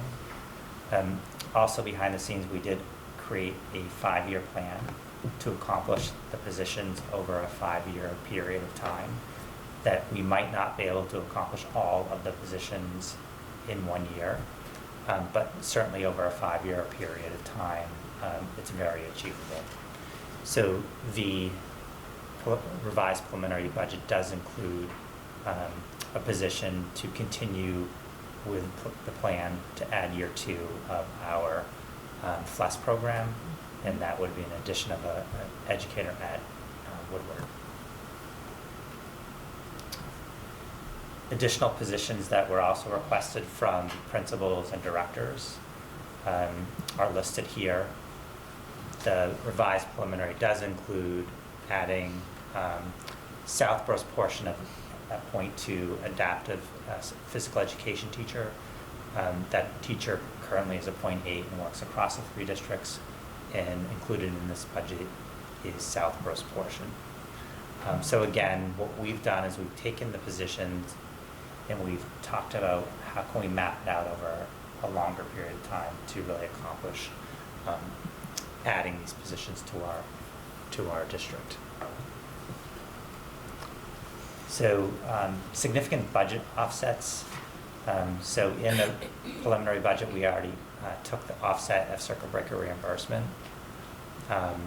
We also are looking at, we just received some more information about the supplemental governor's budget to offset the 14% of out-of-district tuition costs that we saw. So we got some positive information today from a webinar that the finance team attended. So we're seeing about a $300,000 offset to the budget. We're also seeing special education transportation reimbursement offset, which we have applied. And then each year we look at potential retirements and leave of absences. So this year, the leave of absences and retirements totals a little under 90,000. And then looking closely at our special education grant, we're able to move $50,000 of expenses to the grant. So the total offsets are a little over $1.6 million. Okay. The $300K for the special ed tuition reimbursement offset, is that Southborough's portion or the entire district? That is Southborough's. Okay. This is just solely Southborough. Okay, thanks. So the revised preliminary budget again is $24,258,964, which represents a 5.18% increase over fiscal year 24. So there are some additions and some decisions and discussions around the 5.18% and what it accomplishes and what it does not. So it's important to note that included in the budget are many of the licenses for the curriculum that we use. And again, this is incremental increases to our curriculum budget as a result of new licensing models.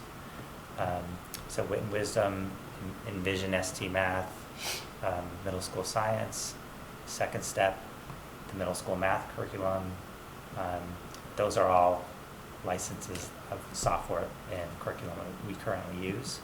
The budget does include funding to add a new ELA curriculum grades 6 through 8, and also student and staff devices. So again, we use ESSER funds for student and staff devices in FY24. This puts it back onto the budget. So the total of these materials is a little over $200,000. Also included in the budget, again, is the world language teacher to implement year 2 of our 3-year plan. It moves back from ESSER back to operational, the ELA coordinator's portion. It also includes Southborough's portion of human resource information system. So we have 850 employees across our 3 districts. We don't have an HRIS, this next year, our goal is to implement HRIS to become more efficient with how we manage our employees, and this will be a significant addition.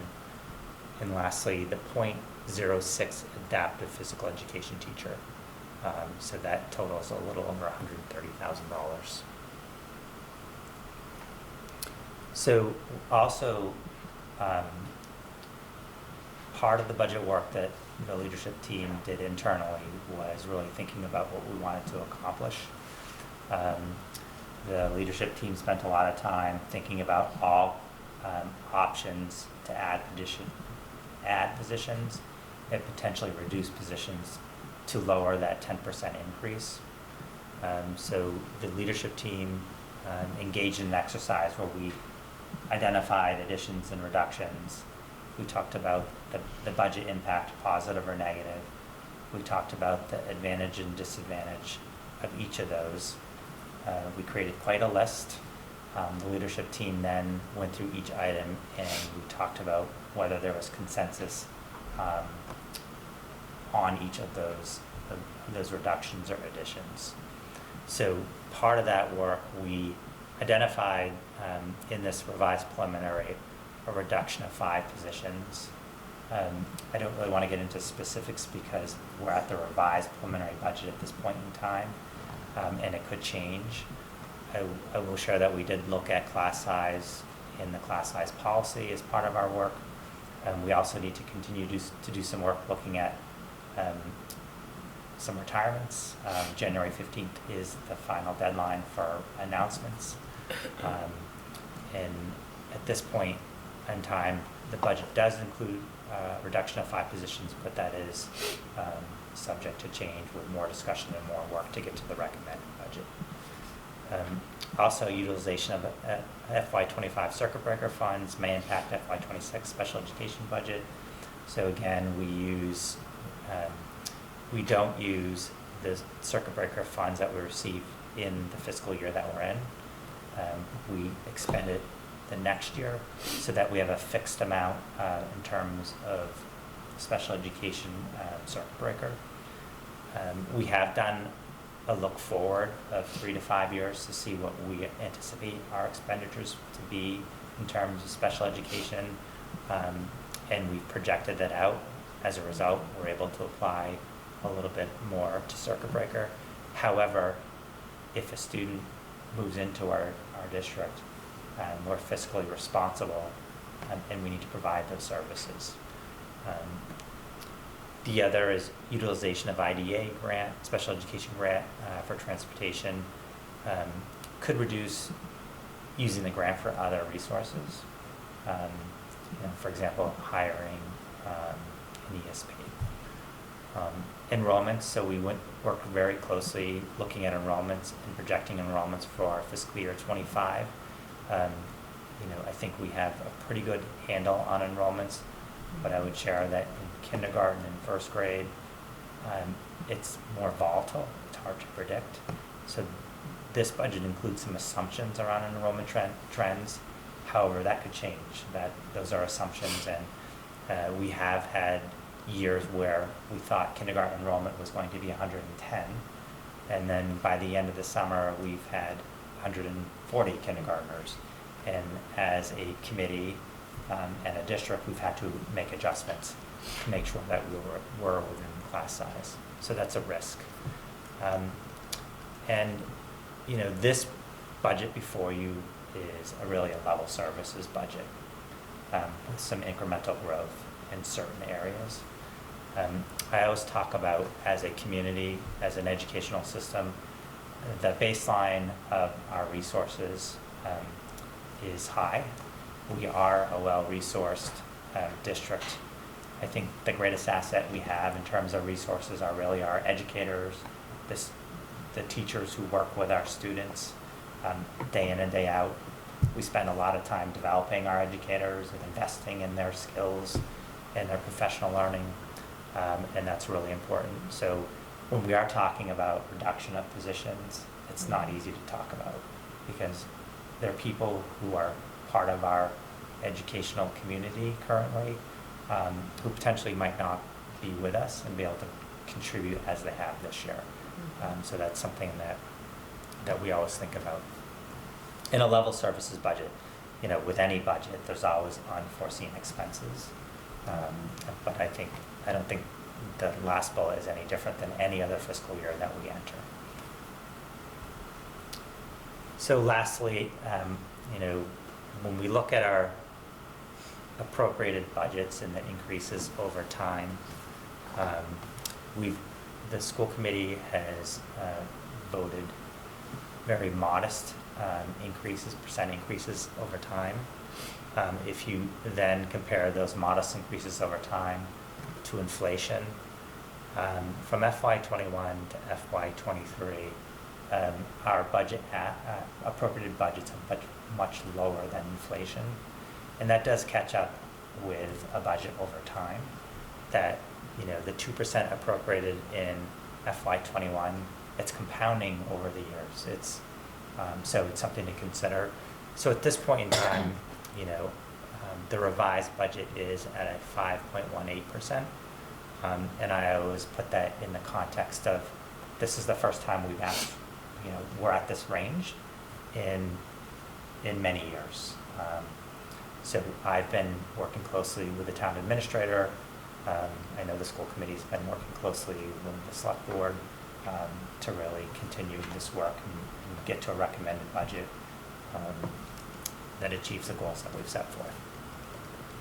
So with that said, I will stop talking and turn it back over to Kamali and be happy to provide any clarity or answer any questions. Well, I see from the revisions that all of the feedback we've provided, you've taken into context in terms of just providing the information in a layout that we needed, and especially adding that column of, you know, when was the first ask, so that going forward we can keep looking at this. A lot of this information is not as familiar as part of the subcommittee, but if anyone has any questions, especially, you know, if you're seeing this for the first time or first time in a while, then yeah, we can ask some questions. Could I just make 2 comments around transportation? Yeah. So that is the bulk. So 2 really important points, I believe, in this budget, this revised preliminary. The first is that our special education transportation is increasing almost $500,000 from a fiscal year 24. That means that $500,000 of this revised preliminary budget is just going to continue to provide the services that were required in terms of transporting students. Currently, transportation is a very volatile market. It's hard to predict, but we're seeing 100% increase. Such a significant increase. This budget also assumes that the district renews a 5th year with North Reading Transportation, and we don't go out to bid, and this budget does not include approximately $100,000 in going out to bid and potentially offering the contract to a new provider. Again, we anticipate that would be about a 20 to 25% increase. So those 2 items are important to note. One is out of our control, and the other one is a bit. I just have a comment. Yeah. Greg, if you go back to the inflation slide, I think just one thing to note is for FY23, there was $166,000 of ESSER funds that are not included in that number. So if we hadn't used those funds, that would have been included in the FY23 budget, which $230,000 represents, well, at least in the FY20, I'm sorry, it would have been in FY24. In the FY25 budget, $230,000 represents 1%. So the FY24 budget would have been over 4%, and the current FY25 revised preliminary would be less than 5%. So I think just for context purposes too, I think the fact that we were able to use those funds to pay for necessary materials and some staffing hours is important to note, that this truly isn't a 5.18%, but because of how the funding worked out, it's a little skewed. Are there any other statewide conversations that you are attending or know that are coming up where you could potentially learn that, for example, that 300K is more than 300K? Yes. So I think the governor's budget is always an important part of the budget work, although it impacts the town more than the pre-K through 8 budget. But we get a better sense of circuit breaker reimbursement. We also are waiting on, I think today we got some information around the supplemental budget bill to offset out-of-district costs in FY24. So our finance team is doing some financial calculations and modeling that could have an impact. I'm not seeing, I'm not seeing any news where I think there is greater revenue than what they were anticipating. It's quite the opposite right now at the state level. They're seeing less revenue than they had projected, and they are recalculating their projections, which could have an impact on the governor's budget moving forward. So that's something we'll have to keep in mind. But no windfall. I'm not foreseeing any windfall of money. Okay. That will come to our community. And Chelsea, you made a good point. Thanks for bringing that up. Also around other conversations that maybe I'm not privy to, but just on this licensing structure with the textbook companies, is that something that schools and administrative teams around the state, around the country are pushing back on? And do you feel like there's anything that's going to happen there long term? Because that just, are we entering a new phase? Like this is what it's going to be for some I think time? we're entering a new phase, and that just the way of, I think it pushes us to think about how we budget. Yeah. We used to think about like, how do we balance that cost over time, given that it's a big output and then nothing for a while. Now I think we have to think about how do we have this steady sort of cost.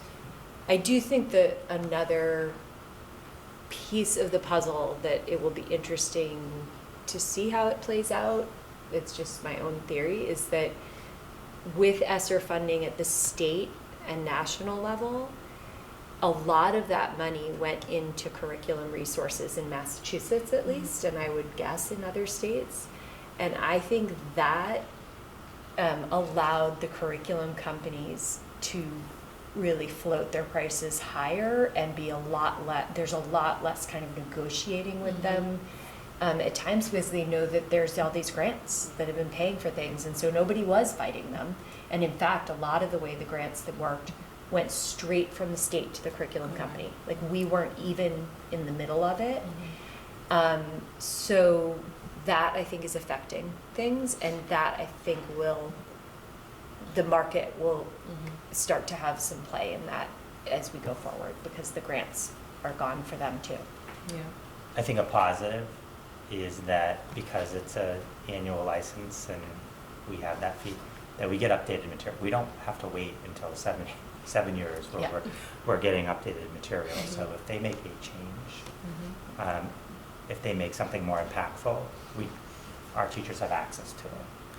And our that students does have happen. access to it. Today, there was an email about something in Wit and Wisdom that was updated, and it went out to the teachers. So, Jen, anyone else? Questions? Okay. So next steps. So it's January 10th. The goal is to work to a recommended budget to present at the February meeting. So the school committee will continue to, have special open meetings to do the work. Internally, we'll continue to meet as a leadership team and sharpen our pencils and make sure we're crystal clear around what we're trying to accomplish with this budget. And and many conversations will continue in preparation for the February meeting.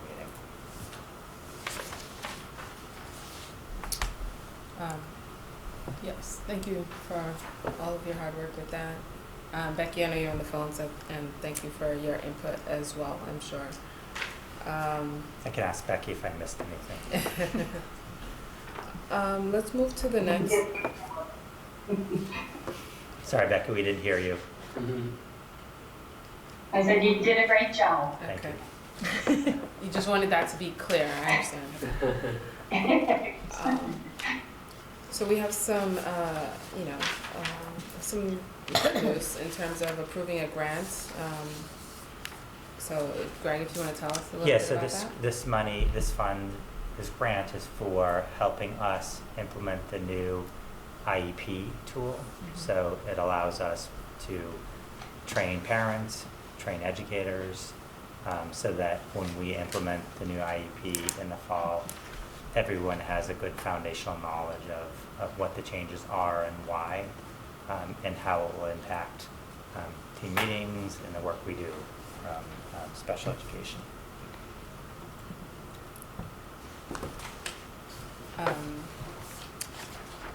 I'll also say that I'm part of the NSPAC subcommittee, and this is something that has been discussed and been wanted for some time. So I know that it's the impact that it will provide is going to be a positive one.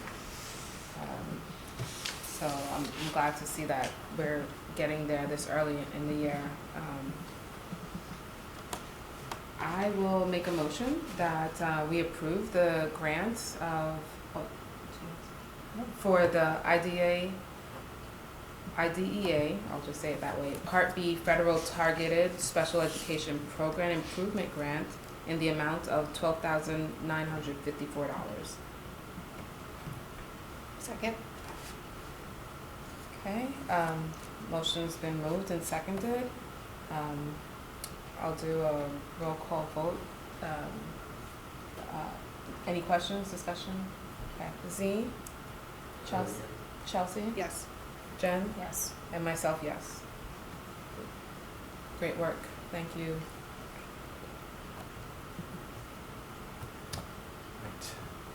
The Neary Building Committee update, are you?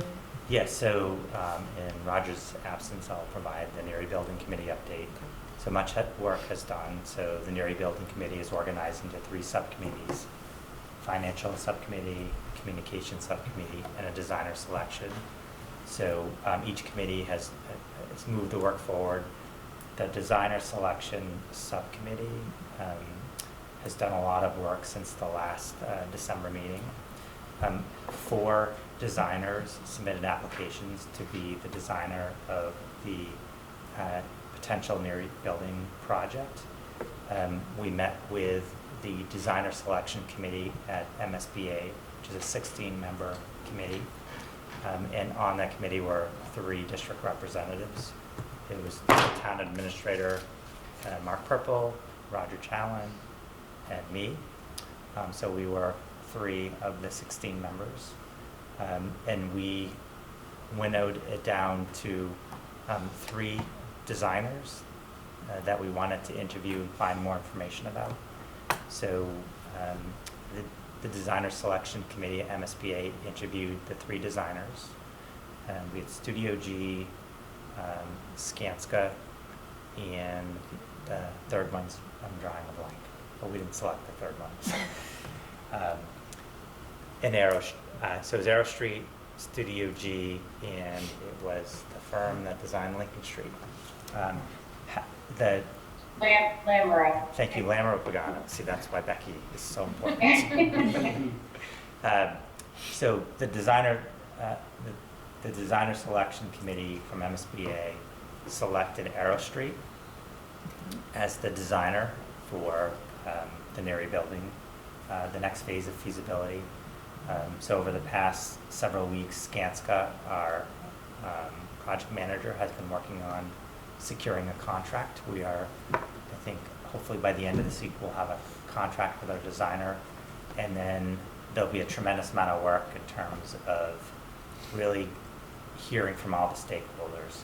really thinking about the educational models that we want to accomplish, the educational visioning, the programs that we want to see happen, working with all the stakeholders, community members, parents, students, educators, and then thinking about sites, thinking about, is it a new building? Is it an ad reno of Neary?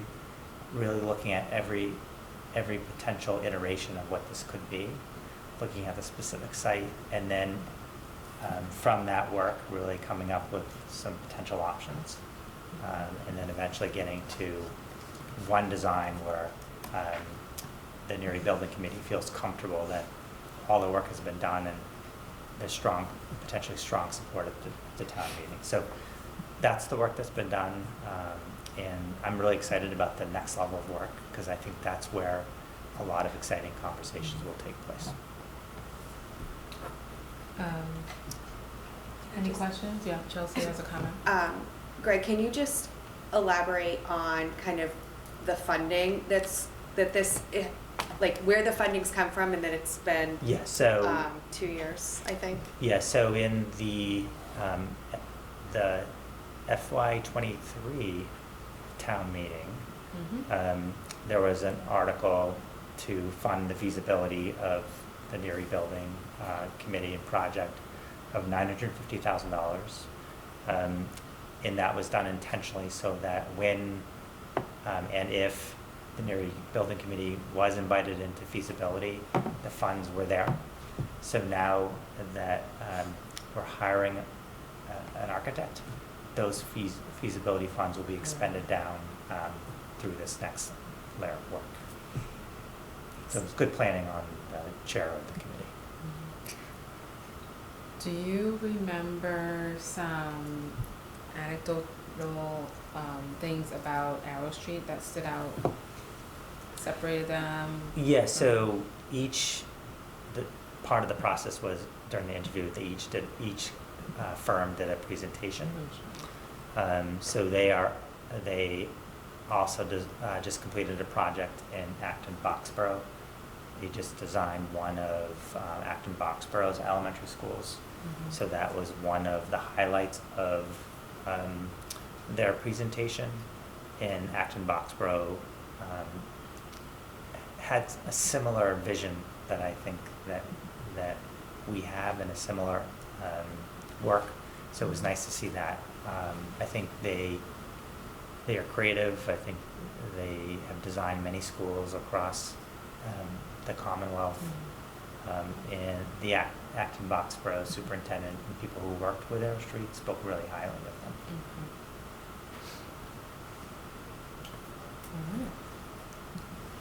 Well, I think you did a great job in lieu of Roger being here, so thanks for doing that. We'll have him review the film and see if he agrees. Yeah. So now I'll turn it over to you to give your superintendent's report, starting with enrollments. Sure. So in your packet is the enrollment report as of 12/15/2023. We have 3 students less than we had since the last school committee meeting. Typically, the times of year where we see the greatest enrollment and decrease enrollment is the start of the school year and then that January time frame. So 3 students, we're 3 students fewer than we were, but that is very typical and from what we would expect in January. We're monitoring enrollment very closely for the fiscal year 25 budget to make sure, again, that all class sizes are within the school committee policy.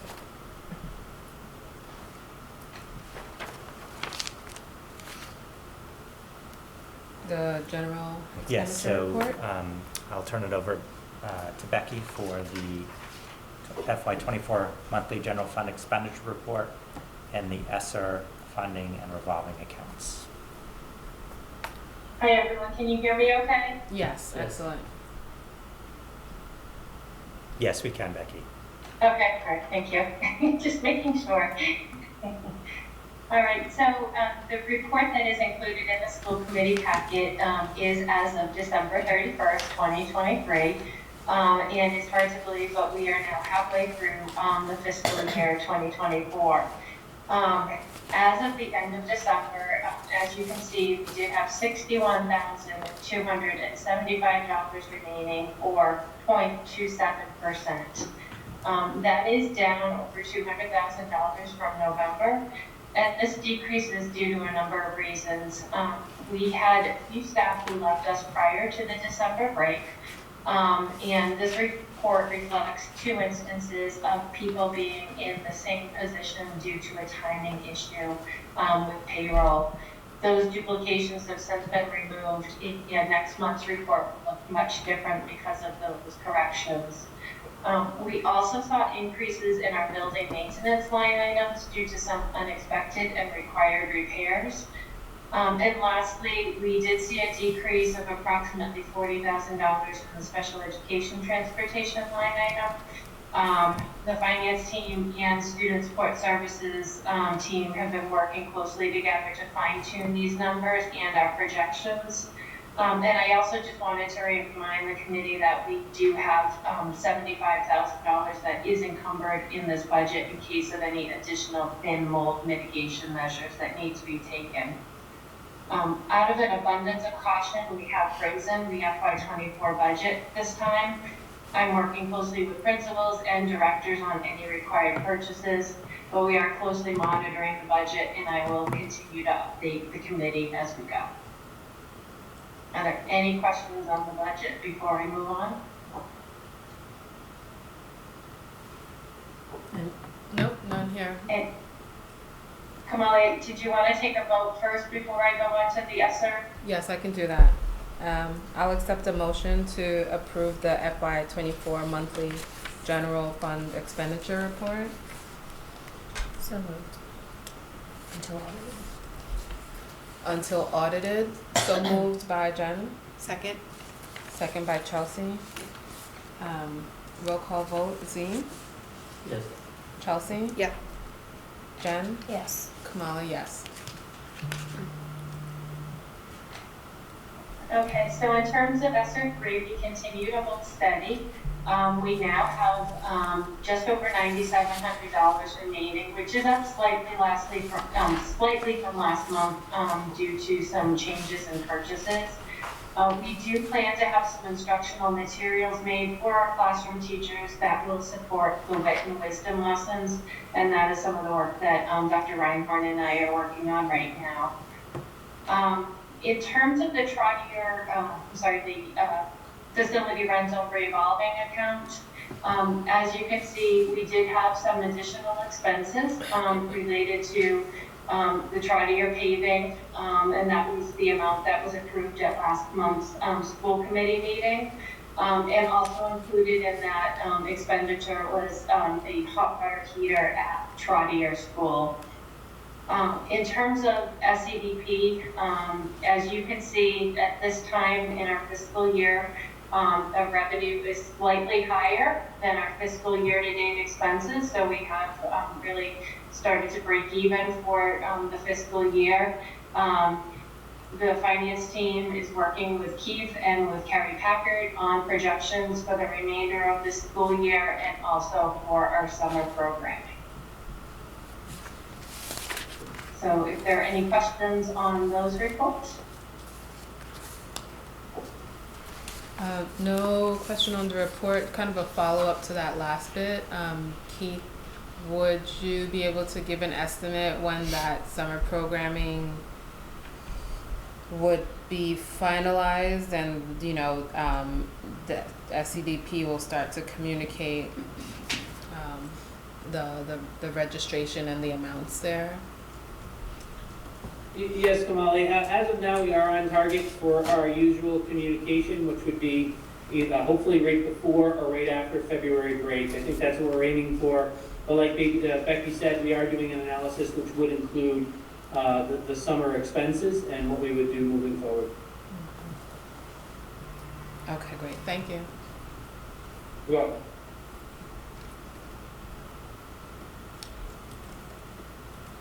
So there's nothing to approve there in terms of ESSER, correct? Correct. The next thing on the agenda is the capital project update. So Keith will give an update on the HVAC at Trotter.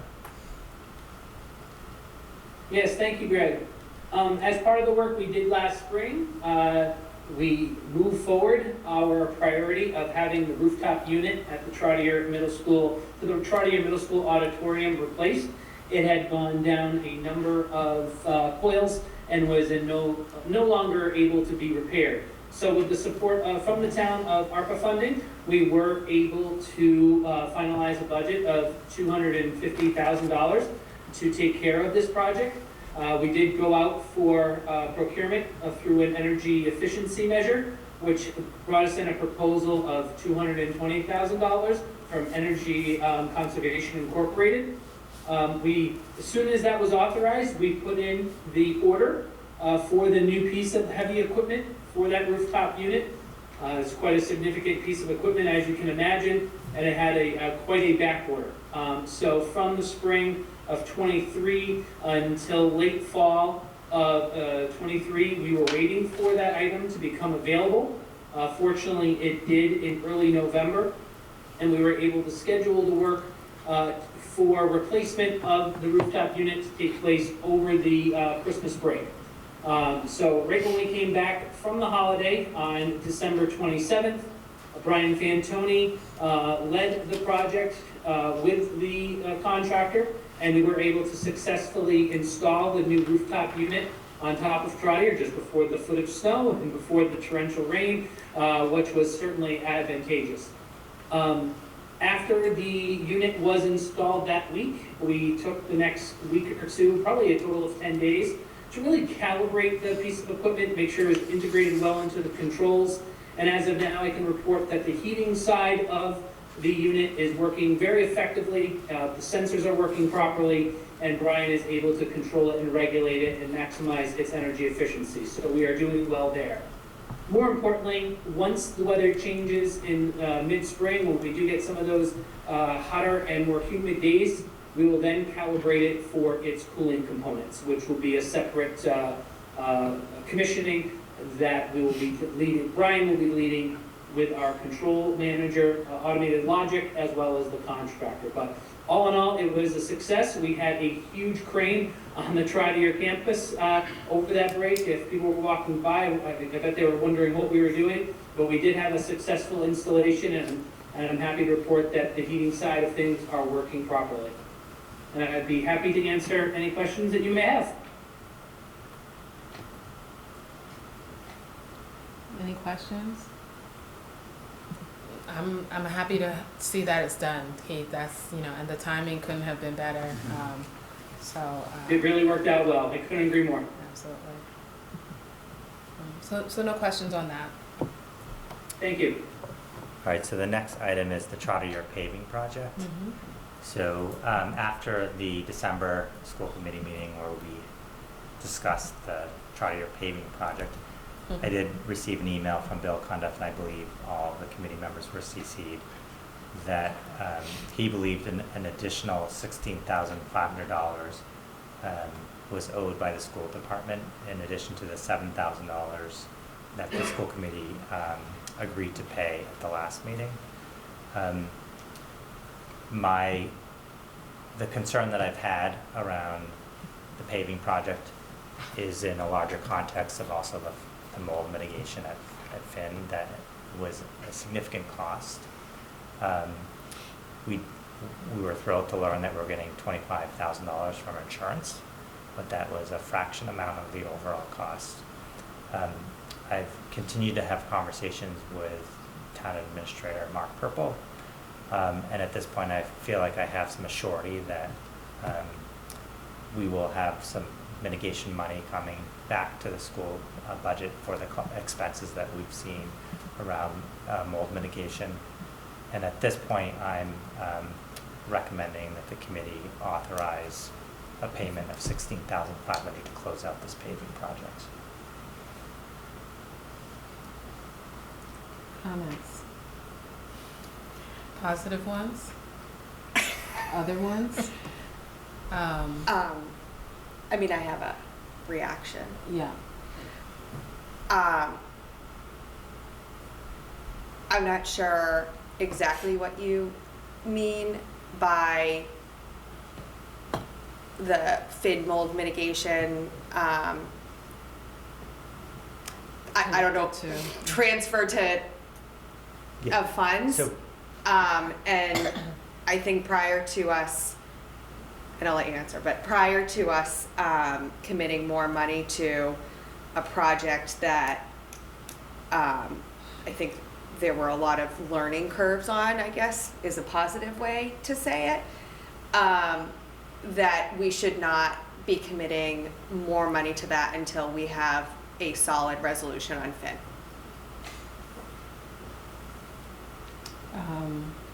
Z, do you want to hear all the feedback first?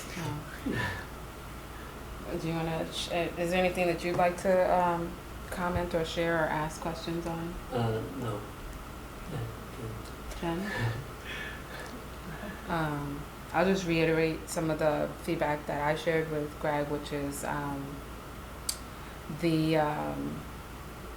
we need a level of confidence when someone says that there was an issue, there, we remediated that, and this is what the cost is, and this is why we ask for that approval. We had a lot of questions and hesitancy just around the 7,900, and so I knew that just on behalf of all of us to hear about this additional cost would be unsettling. So that was my initial reaction that I shared as well. And in terms of like project management and just how do we not come back to the table and sit and hear this again, Greg shared that he had some conversations, I feel like, that led him to some confidence in the project management going forward and our involvement, and not, we don't want to be involved fiscally with these mishaps, miscalculations, let's call it, going forward. So yeah, those were the reactions that I shared. It was just, I don't think I've experienced that kind of moving around of calculations in the past 3 years on the board. So, Greg, I'll let you opine. yeah, so I think just a couple comments that, we as a district do manage large projects, and we come on budget, and we're very transparent about any unanticipated costs that we're projecting. So it's not as if we don't manage large projects and we're not skilled at project management. I think it's quite the opposite. I think we are. I also think that, Becky talked about the expenditure report and that we've frozen the budget. Mm-hmm. So the goal is not to have to freeze a budget in the fiscal year. That means you are not doing things you said you were going to do because of whatever situation that's happening. So we are not doing things because we had to spend money to mitigate the mold situation at Finn, which was the right thing to do. But it means that we're not doing other things. So it's not just 16,500. It's the bigger picture of our operational budget. If you look over time where we are at this point in time with our bottom line balance of our budget and benchmark it against the prior years, this is the tightest we've been in my tenure. So it's not a good place to be. I do appreciate the partnership we have with the town. I think that's really essential to have. We are part of the town. We're not a separate entity. We work hand in hand. But I'm not comfortable with where the FY24 budget is right now as of today. And so, if is the town and us, are we at the table tonight to say, move forward with this additional payment of $16K, or as, you know, is this just kind of informative that in order for the work to be finished, or, you know what I mean, it has been finished, in order for the invoicing to be finished, this is what is being done, and we are reaping we will manage ourselves through that. I just want to know, what are we being asked to do tonight? So my recommendation is to pay the $16,500, not because I want to pay it, because there is a bigger context and picture in terms of, you know, it's, you know, we are part of the town, and, you know, I think when I have conversations with the town administrator who I trust and have, you know, I'm confident that the money that we've expended, that's already been, you know, paid out and has fallen to the bottom line of our budget, that there'll be some relief, either through, you know, working with advisory on accessing the reserve account, or another mechanism through the town budget. Concerns, questions? Greg, can I just say something quickly? Sure. I think the amount is actually 16,800. I don't know if that matters for, sorry, I don't know if there's gonna be like a formal vote, so I just wanna make sure the amount's correct. Thank you, Becky. Do we know if we're on an upcoming agenda for advisory? I did reach out and asked when the next meeting was or is. Okay. I've not heard back. What do you My think? concern is, I mean, I think Greg's on the right path, right? Like, yeah, we're in this together, but like, both sides have to give, and I understand it's a trotter paving, which is completely different than the fin mold mitigation, but both were out of our control, and we can't, I just want to make sure we're not voting for the 16,000 and then also stuck with the 80,000 fin mold mitigation, and we're taking away from, I don't know, whatever program we're supposed to do in April for 5th grade.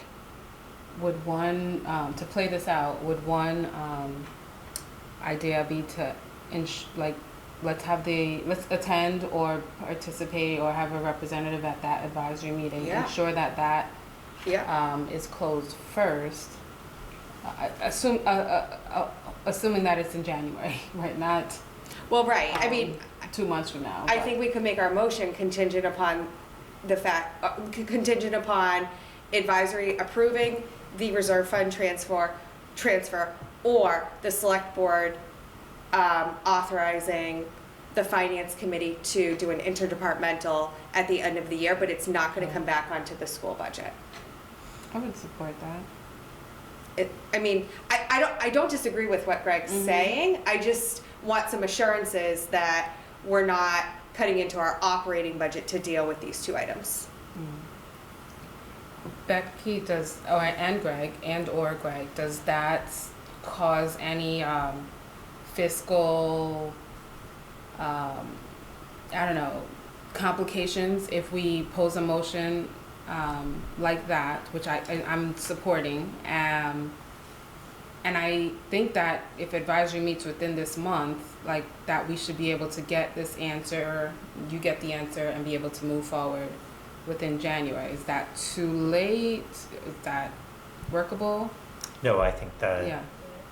framing the motion in that way makes a lot of sense. Yeah. It basically articulates what I said in a motion and has an escape clause because again, it's not as if we had the money for, we really didn't have the money for the unanticipated increased costs of the paving, nor mold mitigation. Yeah. So Becky, do you agree? I do, yeah, I think that's a good move.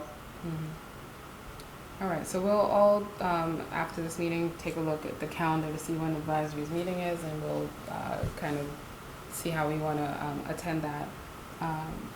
Chelsea, I think you Yeah. made a great suggestion. Would Okay. you mind making a motion? Sure.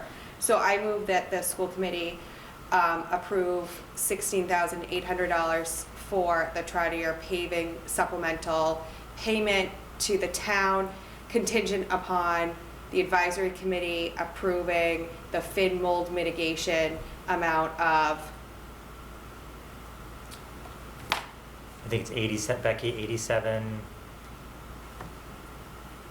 Do you have the number? 87,500. thank you, 87,500, or a commitment from select board / town administration to authorize the finance team to conduct an interdepartmental transfer at the end of the fiscal year and for it not to come back onto the school committee FY24 budget. I second the motion. Moved by Chelsea, second by Kamali. I'll take a roll call vote. Z? Yes. Yes. Chelsea? Yes. Jen? Yes.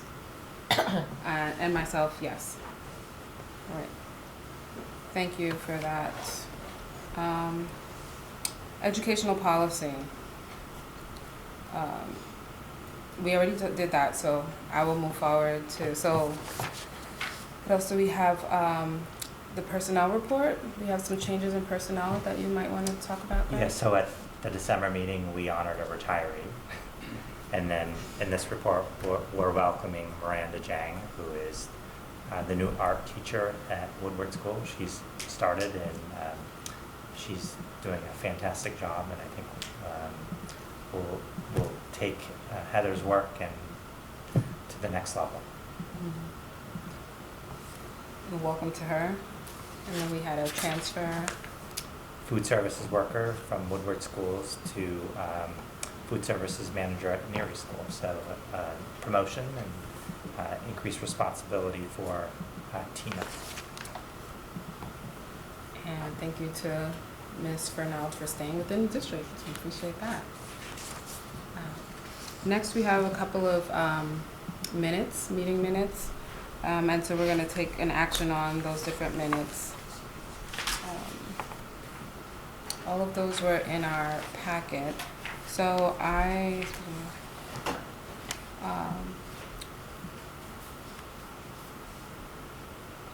think all of these are eligible for release.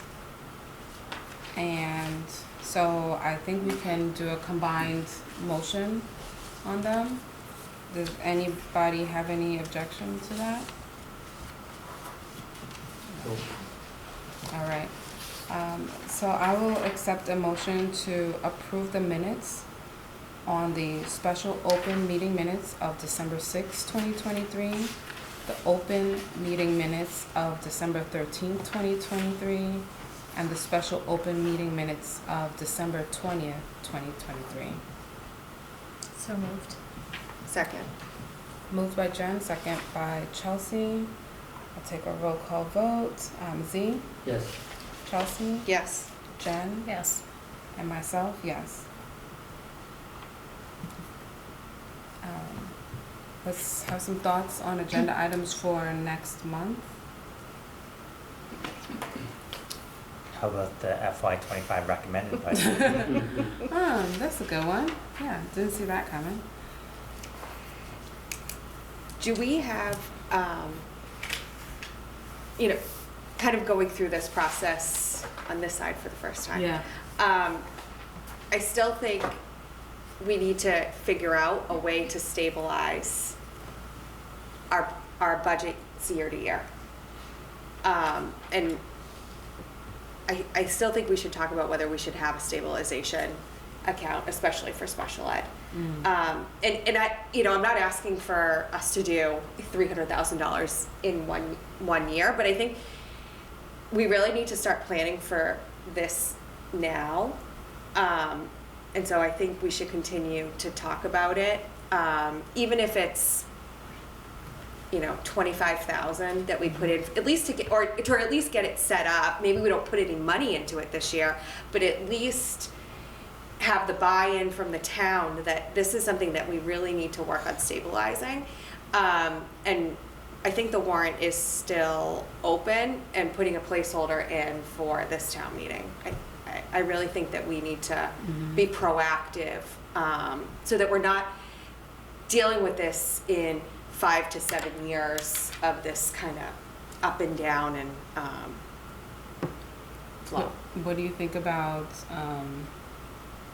to have more frequent discussion on that, having like a sub-group work on that instead of Okay. only the monthly board, Sure. board meeting? Or we could add it to that budget subcommittee Yes, yeah. agenda for the next one. I think, I don't, I think we're so inundated with the current budget cycle. I just don't want to lose sight of having the opportunity to set that up and then being able to start funding it. I just, I think this is going to continue to be a challenge for us. So I think if nothing else, I could provide language to establish a special education stabilization fund. We could give that to the town, and then future conversations could be whether, do we want to pull it, or is it something we want to move forward with? Yeah, okay. We also could do historical look back around, the peaks and valleys of special education costs, so we can demonstrate that, it is the most volatile component of our budget. And if we could stabilize that, a 5.18% budget, if we had a stabilization fund, might be a 3% budget. So Yeah. I think there's some more definitely we could do. I like the idea of the subcommittee, that makes sense. Yeah, let's add that to that. Okay. Any other thoughts? I think maybe if we have Gary, talk with Gary and see if he can do his Washington DC photo, Okay. have students come and present at the next meeting would be That'd be good. timely, because then it's February, then it's March 8th, and then we're getting into Washington DC Roll trip out, time. yeah.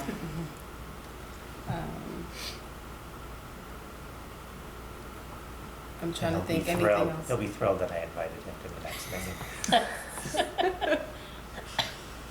meeting. Yeah, he can maybe have one of the I don't know, the volunteer teachers that were there could, supervise the I don't know, but yeah.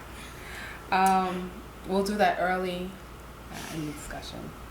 All right, well, as usual, if anyone thinks of anything to add to the agenda, we will touch base with Roger as well and see if he has anything to add, but we have the standing items, so let's keep that.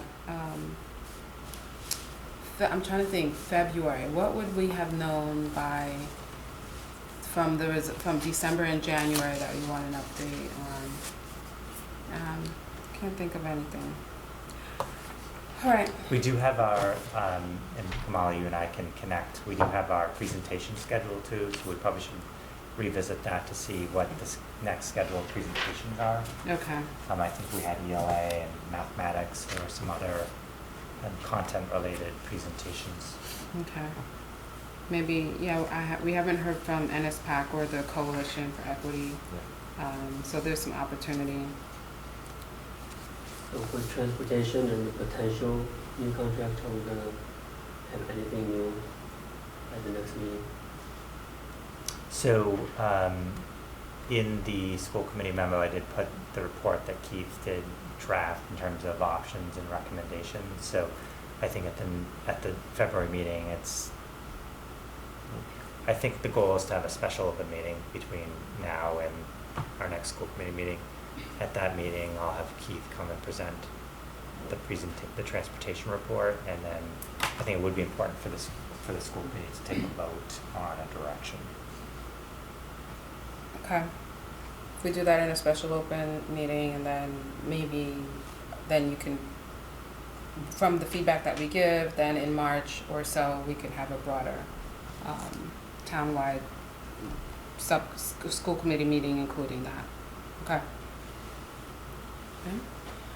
So I will accept a motion to adjourn. So moved. Yeah. So moved by Chelsea, second by Z.